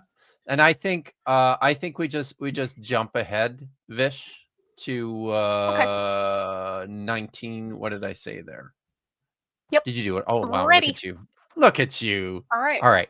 Anyone in the chat who understands this prompt, feel free to reply. Shall I proceed? You should. Warrior goddess Anat seems to play. So he's talking about another goddess named Anat. Let me just back up here a little bit. Anat was a warrior goddess in the northern Levant. In very archaic sources, there in the Song of Devorah, the fertility and warrior goddess Anat seems to play basically little to no role in this period of the development of Yahwism, and maybe just in the whole cultic environment of Canaan. Though I love that his captions are always so meme-worthy. Anat. I make Dubro warrior gods look like Elmo, the goddess. I've never noticed that. That's awesome. Yeah, that's the thing. If you're just listening to him teach, you'll get the information. But if you actually watch his slides, all of his captions are like shit posts. It's great. Oh, that's cool. No, the bloodshed imagery associated with Ugaritic Anat, her wading through blood and gore and decapitated heads rolling about her feet and dismembered hands flying into the air about her like locusts. This needs to be metal song. Why isn't there a metal band called Anat? You see very similar kinds of depictions of Yahweh delighting in warfare and carnage in the Song of Devorah, but honestly, I would just suspect that primitive Yahweh and Anat actually would just have made a better couple than Yahweh and Asherah, given their proclivity to massacring people. Okay, so So yeah, you've got the natural born killers reference there. Yeah, on awesome. a date. I mean, but God punishes sin does not mean he delights in it. That's an assumption that you read into the text. And also, again, this is shooting himself in the foot. If Yahweh was originally this warrior storm god, they paired him. It would have made more. He's right. It would have made more sense to pair him with Anat. They didn't, though. So what does that tell you? That he doesn't love bloodshed. That, and also, good point. Yeah, that's a good point. But also that he was a high creator god, not just a warrior god who's going to be paired with a warrior goddess. This kind of works against the whole view. So again, it's like all the evidence he keeps bringing up seems to work against him, not for his view. Okay, there we go. Slides. Oh, so okay. Sorry, I have to do this. I'll just start. I have a talking. preliminary It's coming. things to say. So good. Essentially, this doesn't work for multiple reasons. Number one is that Anat is only attested as a warrior goddess specifically at Ugarit, as far as I am aware. There doesn't seem to be any evidence that she was widely seen as a warrior goddess outside of Ugarit. And this is where people need to also be careful with using Ugaritic materials, because Ugarit was wiped out at the end of the Bronze Age. Right. And we don't have hardly anything in Northwest Semitic literature outside of Ugarit from the Bronze Age. Ugarit is basically it, along with just a few little tidbits in the Amarna letters. Yeah, you have to get all the way to the 9th century basically before you start to see any kind of significant epigraphic production. So think about that. That's you're talking about a space of like 400 years. 300, 400 years, right? And we know that there was good variance happening between the way that stories were transmitted at Ugarit and the way they were transmitted elsewhere. For example, Baal is probably a quote-unquote dying and rising god in the Baal cycle at Ugarit. But there is a fragment or an echo of the Baal cycle that actually exists in Old Arabic. Really? Yes, wow. And it was published by Ahmad al-Jalad back in, I think it was 2017 or 2018. Excellent article, and I think he has it for free on his academia.edu page, everyone. But it's really, really good to note there that unlike in the Baal cycle, where Baal dies, he does not die in this portion of the Arabic version. Actually, it explicitly says he is cut, that that he goes to Mot, goes to the feast and everything, just like in the Baal cycle. But then it says Baal is cut off indeed, but not dead. Oh, he did not die. Wow. That's really, really important. That's a very key differentiation between the way that Ugarit was visualizing Baal versus Baal outside of Ugarit. So you can't just simply transpose things. Just because Anat was conceptualized as a warrior goddess at Ugarit does not mean she was conceptualized as a warrior goddess really anywhere else. And I wanted to bring up this one other thing. Elsewhere in the video, we didn't cover it, but we didn't get the clip of it. But Michael talks about how if Yahweh was identified as having the consort Asherah, then it probably means that he was conflated with El. Right. That's a common line of argumentation. Yes. That doesn't work, and this is going to explain why. Firstly, you see the inscription in front of you here, which is RES 3689. This is, you can freely look at this up online. It is on the Dasi inscription database. Just look up the corpus of South Arabian inscriptions and you can find it pretty easily. But in this inscription, and also in several others, we actually have attestation of Asherah here called Atharat, which is what she's also called at Ugarit. Mm-hmm. And she's a consort of the moon god. Interesting. Now, was the dominant god at Kataban and was their patron deity. So the people of Kataban are called the children of Am. What's really important here, though, is that he is not conflated with El. In Kataban, El is called Il. And Il had his own temple, was worshipped separately, had his own priests, and there was even a cult to his daughters, the Banat Il. So actually, this is just proof that Asherah could float between different deities without being conflated, without those deities being conflated with El. Right. Not only That's that, good. but also Asherah also appears as a consort of the god Wad in some inscriptions as well. Another moon deity, by coincidence, or maybe not coincidence. So actually, the first part of there is just wrong. The fact that Asherah and Yahweh are consorts at like Kunta Ajrud and Kirbet Olam. Yeah, It's Kirbet not Olam. it's not significant to his identification with El. Yeah. No, it's not. It doesn't Awesome. mean anything. And in fact, actually, at Kunta Ajrud, El is invoked separately as the highest god. He is the holy one over the gods in plaster inscription 4.2. Right. So next one, if we can do that. Yep. So this, when Michael said that Yahweh did not have a consort Anat, it made it very blatantly clear that he doesn't read. Well, I mean, let's be fair. He probably is unaware of Elephantine. I hope he is, but he's probably not familiar with the pantheon there, which is very important. Because Elephantine, there was a sect of we tend to call them the Elephantine Jews now. Elephantine Yahwists. Yeah, Yahwist is probably a better term.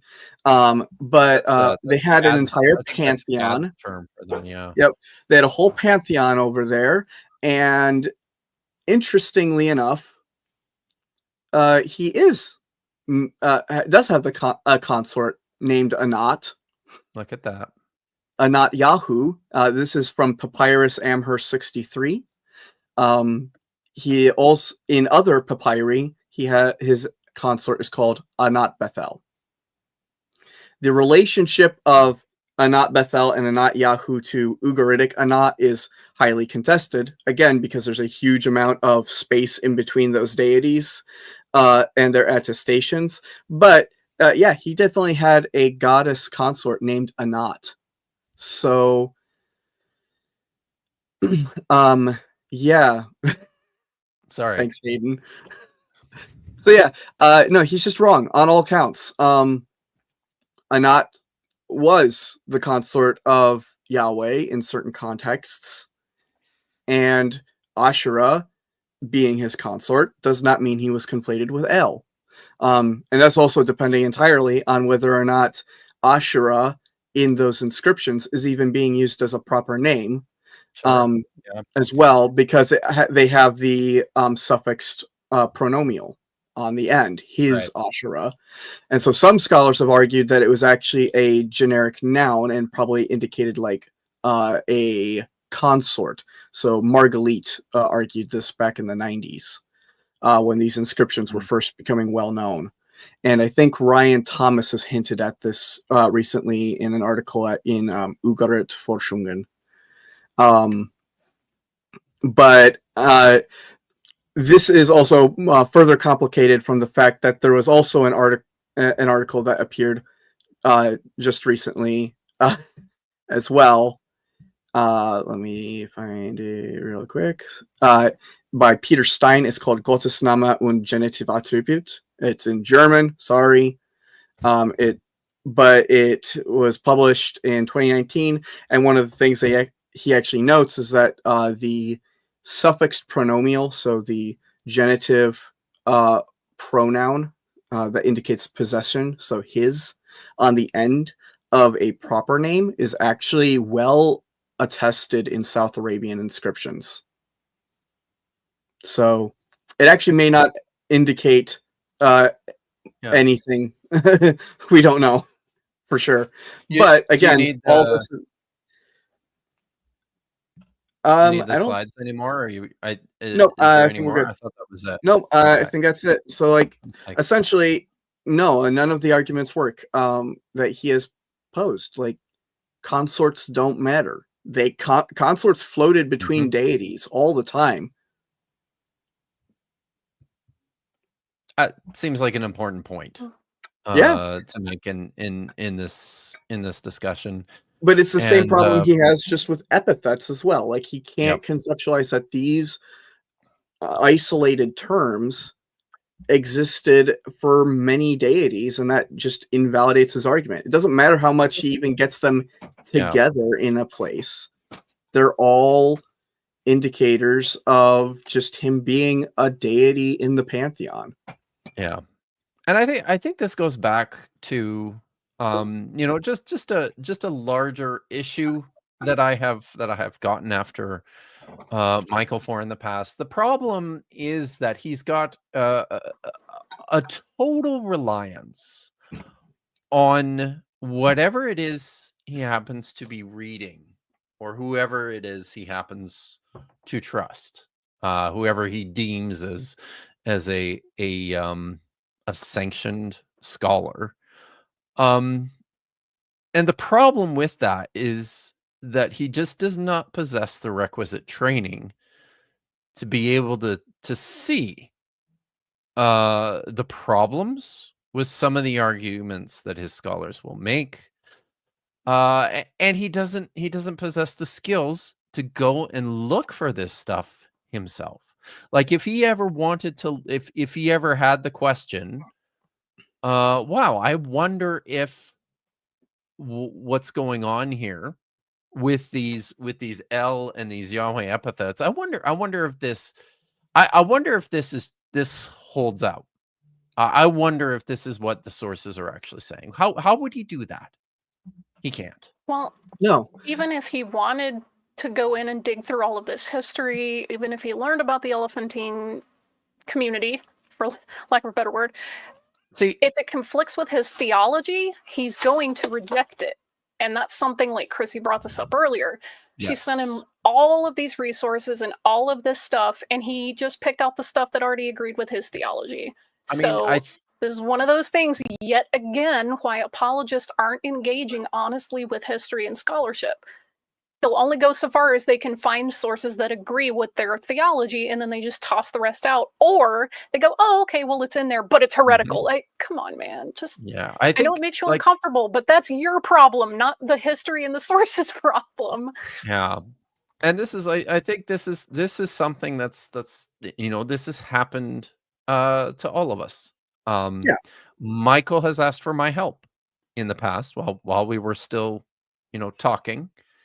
He asked for my help with things, and I gave it to him, and he would use materials that I gave him very selectively. I know that the same thing has happened with Josh. The same thing has happened with you, Chrissy. I don't think I'm speaking out of turn by saying that. Well, Joel mentioned it himself. The same thing has happened with Joel. He gets help from scholars, but will only use it to the point that it furthers his predetermined conclusion. That's all it's good for. And it's really, honestly, it's becoming a thing where it's like he just wants them to do all the work for him so that he can just pick out what he likes. And that's not fair to the scholars. I'm not surprised that people are just gradually not wanting to engage with him anymore, because if that's what he's going to do, it's just a waste of their time. I'll come back to that. Sorry, Chrissy, go ahead.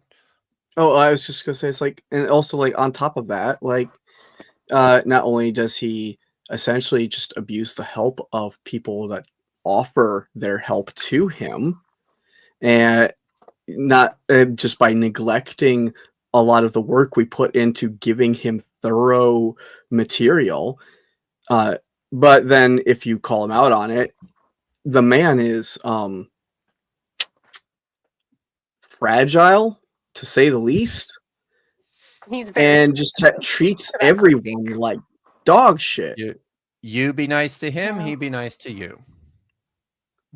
I've heard it said. So I'll just he interprets as not being nice is just anything that threatens his theology. Yeah. So yeah. I'll come back to that Hundley quote, right?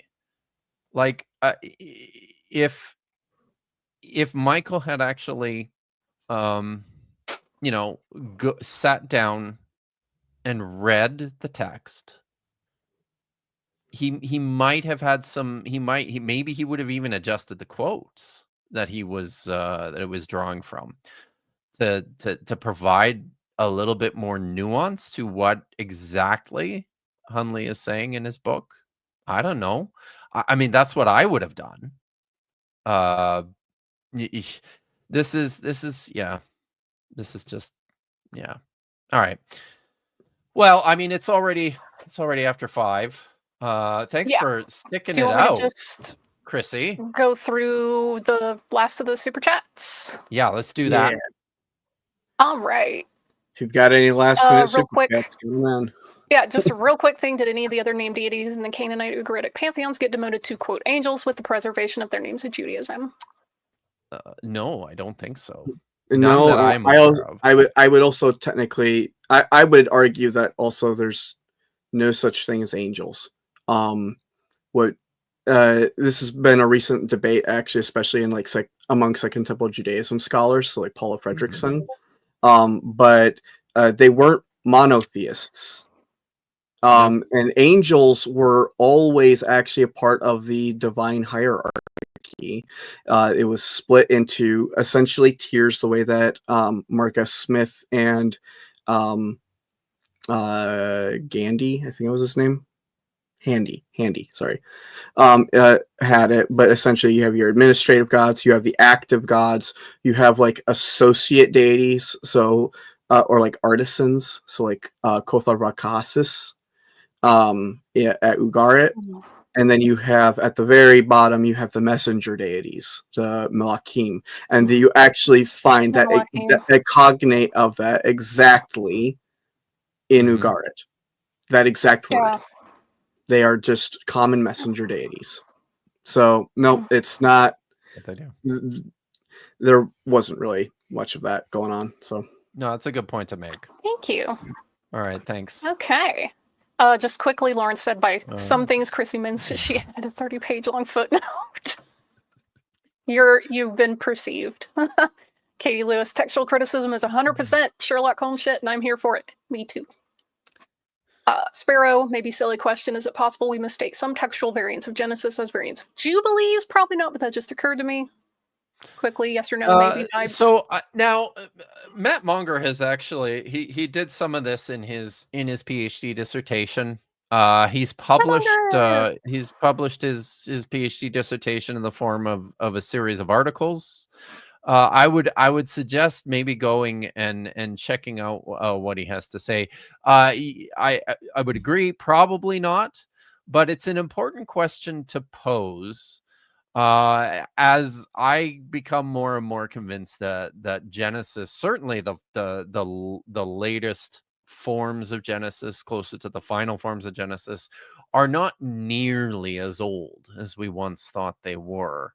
I more and more tend to think that Genesis, by and large, is a pretty late reconstruction of earlier material. So, but yeah, thanks. It's a good question. This is from earlier. Another interesting example is in Abraham and Abimelech. Elohim is the primary character, but Yahweh specifically curses the womb that El heals. Oh, yeah. Yep. Oh, that's good. So, nice little hint there. Yeah. Okay, Rebecca for 5. Fish, I'm so happy you're becoming a rabbi. We need rabbis like you. Thank you. Yeah. Very true. Doing my best. My philosophy and my orienting, I guess, ethic is I want to be the kind of person that leads with compassion first. And I want that to be the kind of thrust of my work, is really trying to bring that in. So Apologia, we've got the Eloist price in town at Sons of the Most High. Eloist. For those who missed it, this is Paul's weed store. Yep, that's Paul's weed store. That's right. Zectomorph sent a super sticker. I call it the avocado, but it's a pear weightlifting, and it would hang in there, keep doing the work. So awesome, thank you. Lawrence for 5. I need to get to writing my paper on the New Testament. Don't know if I can do it. I don't know much about the Bible. Never even read the thing. Yeah, I believe in you, Lawrence. You can do it. Yes. Andrew was making 3 points. This is the second one. Mike Jones saying this doesn't work. All their evidence is working against them, and then acting all confused about it tells you everything you need to know. He thinks you should pick your evidence. Yeah, kind of. I'm not going to argue with that. All right. Wait a minute. What? For 3, is there a list of the 70 sons of God? I don't think so. No, there is no complete list, and that's because the term 70 is not necessarily delineating a set number. You can kind of see this like when they talk about like the 70 nations. If you actually go and count all the nations, that whether it's 70 really depends on how you're counting. The 70 is more just essentially saying lots. That said, like if you were to count all the gods that are probably named at Ugarit, you're probably talking in the hundreds, at least. Yeah, I think that's true. Lex Lauder, really insightful work. All special shout out to Chrissy's big brain. Your big brain got a shout out. Your big brain hiding underneath that. It's just fabulous hat. That's came and went. Yeah, these are fluid. Yeah, that's true, right? Yep. They would pass in and out of existence. Well, yeah, I think Tim summarized this really well. Demoted to angels to advance monotheistic thought. Demoted again to the sons of Israel. I think that's see, and I'm not even see people sure. Becoming progressively more uncomfortable with that idea as they shift more into what we think of as monotheism. So it's true. Just but like what I would also point out is like even if Deuteronomy 32:8 D, for example, read sons of Elohim, that phrase is still going back to its Central Semitic ancestor, and specifically the mem addition on the end was probably actually an innovation in Northwest Semitic languages in particular, and so you find this ending mem in, for example, Ugaritic. You'll see the Elim mentioned. Yep. And that mem is what we call enclitic in linguistics. It's not actually functioning as a plural anymore. It's now taken on like an emphatic meaning, or sometimes even doubling as a broken like genitive in ways, depending on context. Not saying Elim as gods, but deity, kind of like as exactly. A class. Right. So if you see, that phrase in Ugaritic and it has the enclitic mem, it's still actually just talking about El. And that same thing is basically what happened in Hebrew, and is why you can get B'nai Elohim as a Hebrew development, but also in Hebrew you do also see B'nai El, and you also say B'nai Elim. You see all 3 variants in Hebrew. Sometimes you see them pretty close to one another in the same texts. So it's it's fun. It's fun, guys. If you want to know how much fun it is, then maybe you should sign up for one of Digital Hammurabi's biblical Hebrew courses, which are starting regularly. And he's also teaching ancient Sumerian and Middle Egyptian. There's courses in Middle Egyptian, and there's more on the way. So, but I think that's it for us. Thank you so much, Chrissy, for coming and hanging out with us for 3.5 hours. Well, thank you for having me. It's 9 hours.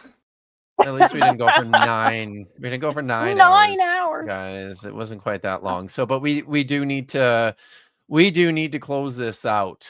So, do you got really anything? quick, Yeah. because they spent Oh, my Hankishi. what's the Yeah. story with the Canaanite tribe, the Kenites, and the idea that Yahweh was their version of Vulcan, a god of smelting and metallurgy? Anything to this idea?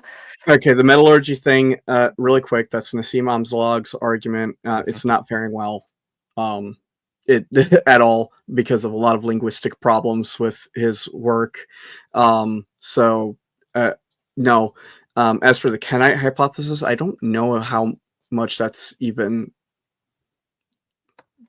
ascribed to at all in scholarship really anymore. The Kenite hypothesis is pretty old in scholarship. For those that don't know, basically the idea is that Yahwism comes up through the Kenite tribe and then migrates north. There are certainly scholars that think, probably most scholars today still think that Yahweh originated in the south, but the Kenite hypothesis, no. Not to my knowledge, anyways. All right. Thank you. That's got it. Thanks for staying All right, with us and teaching us all the things. Absolutely. Do you got anything you wanna plug or promote, or anywhere you go that you're gonna be, or people can find you? Yeah, if you want to contact me, again, my Knowledge Commons profile is public. I put a link actually here if anyone wants to post that in the chat again. I'll probably. It's also pinned in the side chat. Okay. Good. Yes. And this so one isn't though, but I'll probably, I think. Yeah. I can stick that on the video description though too afterwards. Yeah, and then I have a public email there, so if you want my papers, email me. I will send my papers to you happily. And aside from that, the only things I have going on are that Vish and I are going to be teaming up fairly soon in the future, talking about fun topics like anti-Semitism in history and even to the present. And probably also going to bash on different people like mythicists and stuff from time to time. I'm excited. Yeah, I'm excited about the whole point that. of us doing that is we want people to be able to know not just the history of anti-Semitic tropes, but we want them to see, here's how it shows up in the modern day, here's how it shows up in the dark corners of the internet, this is what modern dog whistles look like, so that people can recognize that and call it out and avoid, perpetuating that stuff unknowingly, or hopefully not knowingly, but just mostly trying to equip people. So we're going to be reaching as far back as like Tacitus, some of the oldest anti-Semitism in existence, all the way to the present. And aside from that, for those in the future, hopefully this year, actually, if not this year, next year, I will have completed my next book. I am about halfway done with my next book on Josephus, and specifically textual criticism. The first-century Jewish historian. Yes, first century Jewish historian Josephus. Yeah. I'm going to hopefully have that done. And my book is all on the passages on Jesus and why I don't think any of them are authentic. Spicy. Ooh, spicy stuff, guys. Yeah. So go and check that out. Awesome. Well, thank you very much, Chrissy, again for joining us. Vish, it was a lot of fun. Yeah, anytime, man. We'll do it again. Vish, what's going on? Tomorrow I will be on Dapper Dinosaur's channel. We're going to continue to debunk linguistic nonsense from Bodhi Hodge, the son-in-law of Ken Ham of Answers in Genesis fame, I guess, notorious. And Kip, are you going to be there for that one? I am going to be there tomorrow. Excellent. To cleanse my palate. It's really dumb, but compared to this flavor of dumb, it does feel like it really does feel it's a little different, right? So so I will be there tomorrow, and then I am going to go visit my mother for a couple of days, and then everyone needs to come back next week, Thursday. Christianity on the Spectrum. 20th of March, Christianity on the Spectrum. And before you come back, make sure you subscribe, and listen to the podcast, watch the podcast. It's really, really good. It's a very good stream. I'm super excited about it. So with that, everyone, I think we're going to shut this down. Thanks so much again to Chrissy and to everyone for coming and joining us and hanging out. And I think I speak for everyone when I say Hatikvah.